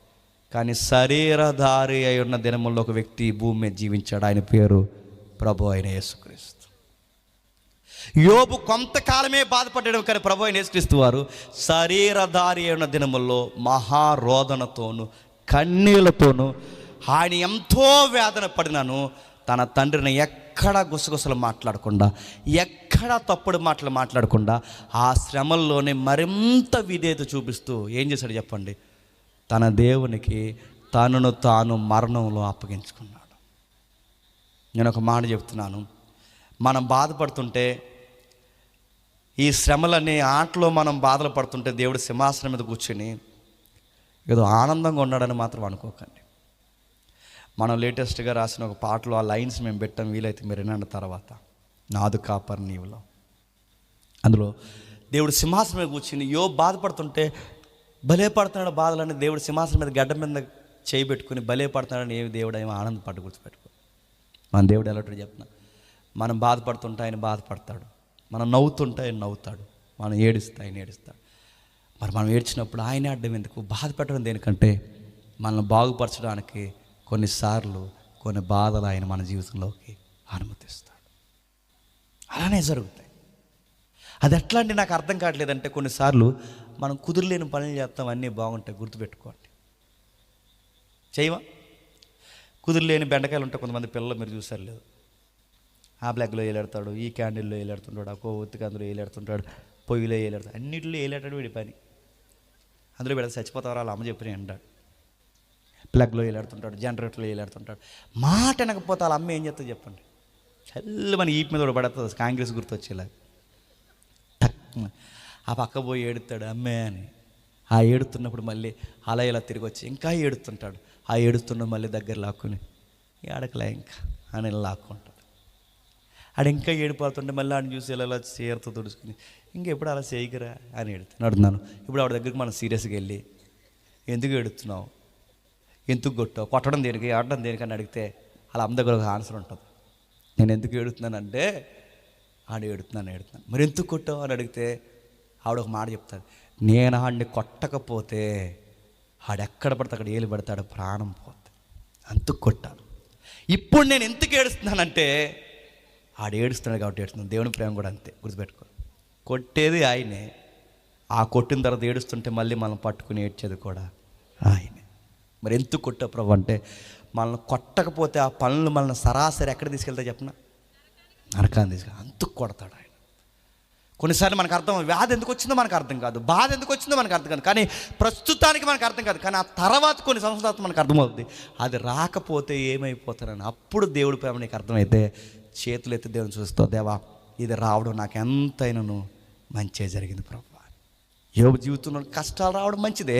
ఆ తర్వాత మీరు అధ్యాయం ముగించే ముందు చూడండి, మునుపటి దానికన్నా చెప్పండి అధికమైన ఆశీర్వాదాలు యోబు జీవితానికి వచ్చారంట. కానీ ఈ టైంలో మనం చేయాల్సింది చెప్తున్నా, అలా ఓపికగా ఉండాలి. ఏం జరిగిపోయినా అలా ఉండాలి. మాకేది గెలవద్దని దేవుడిని కంప్లైంట్ చేయకండి, అలా ఓపిక ఉండాలి. దేవుడు మన దగ్గర చూసేది ఒకటే, ఓపికగా ఉండండి. ఏది జరిగినా ఓపిక ఉండండి. కరువైనా, ఖడ్గమైన, హింస అయినా, పౌలు గారు అన్నారుగా, ఏదొచ్చినా దేవుని ప్రేమకు దూరం జరగకండి, అలా ఓపిక ఉండండి. తగిన సమయం ముందు తన బలమైన హస్తముల కింద అణిగిమణి ఉన్న మనల్ని ఆయనే టైం వచ్చినప్పుడు చెప్పండి లేవని.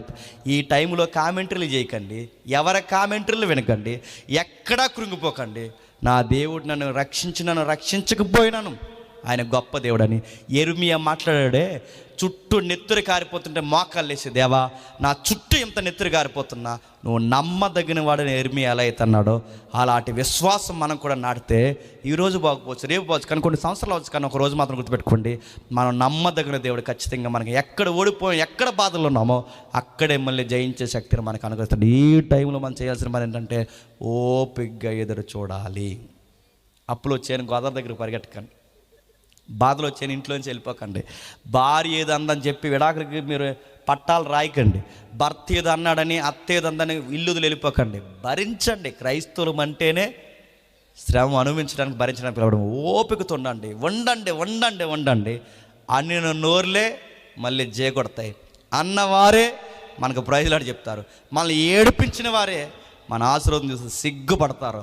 అప్పటి వరకు మనం చేయాల్సిన పని ఉంటే ఓపిక ఉండి, ఎవడెన్నన్నా అన్నివ్వండి, మళ్ళీ అధిక ఉత్సాహంతో దేవుడిని జీవితాన్ని ఆశీర్వాదకరంగా మార్చునుగాక. Amen, amen, amen.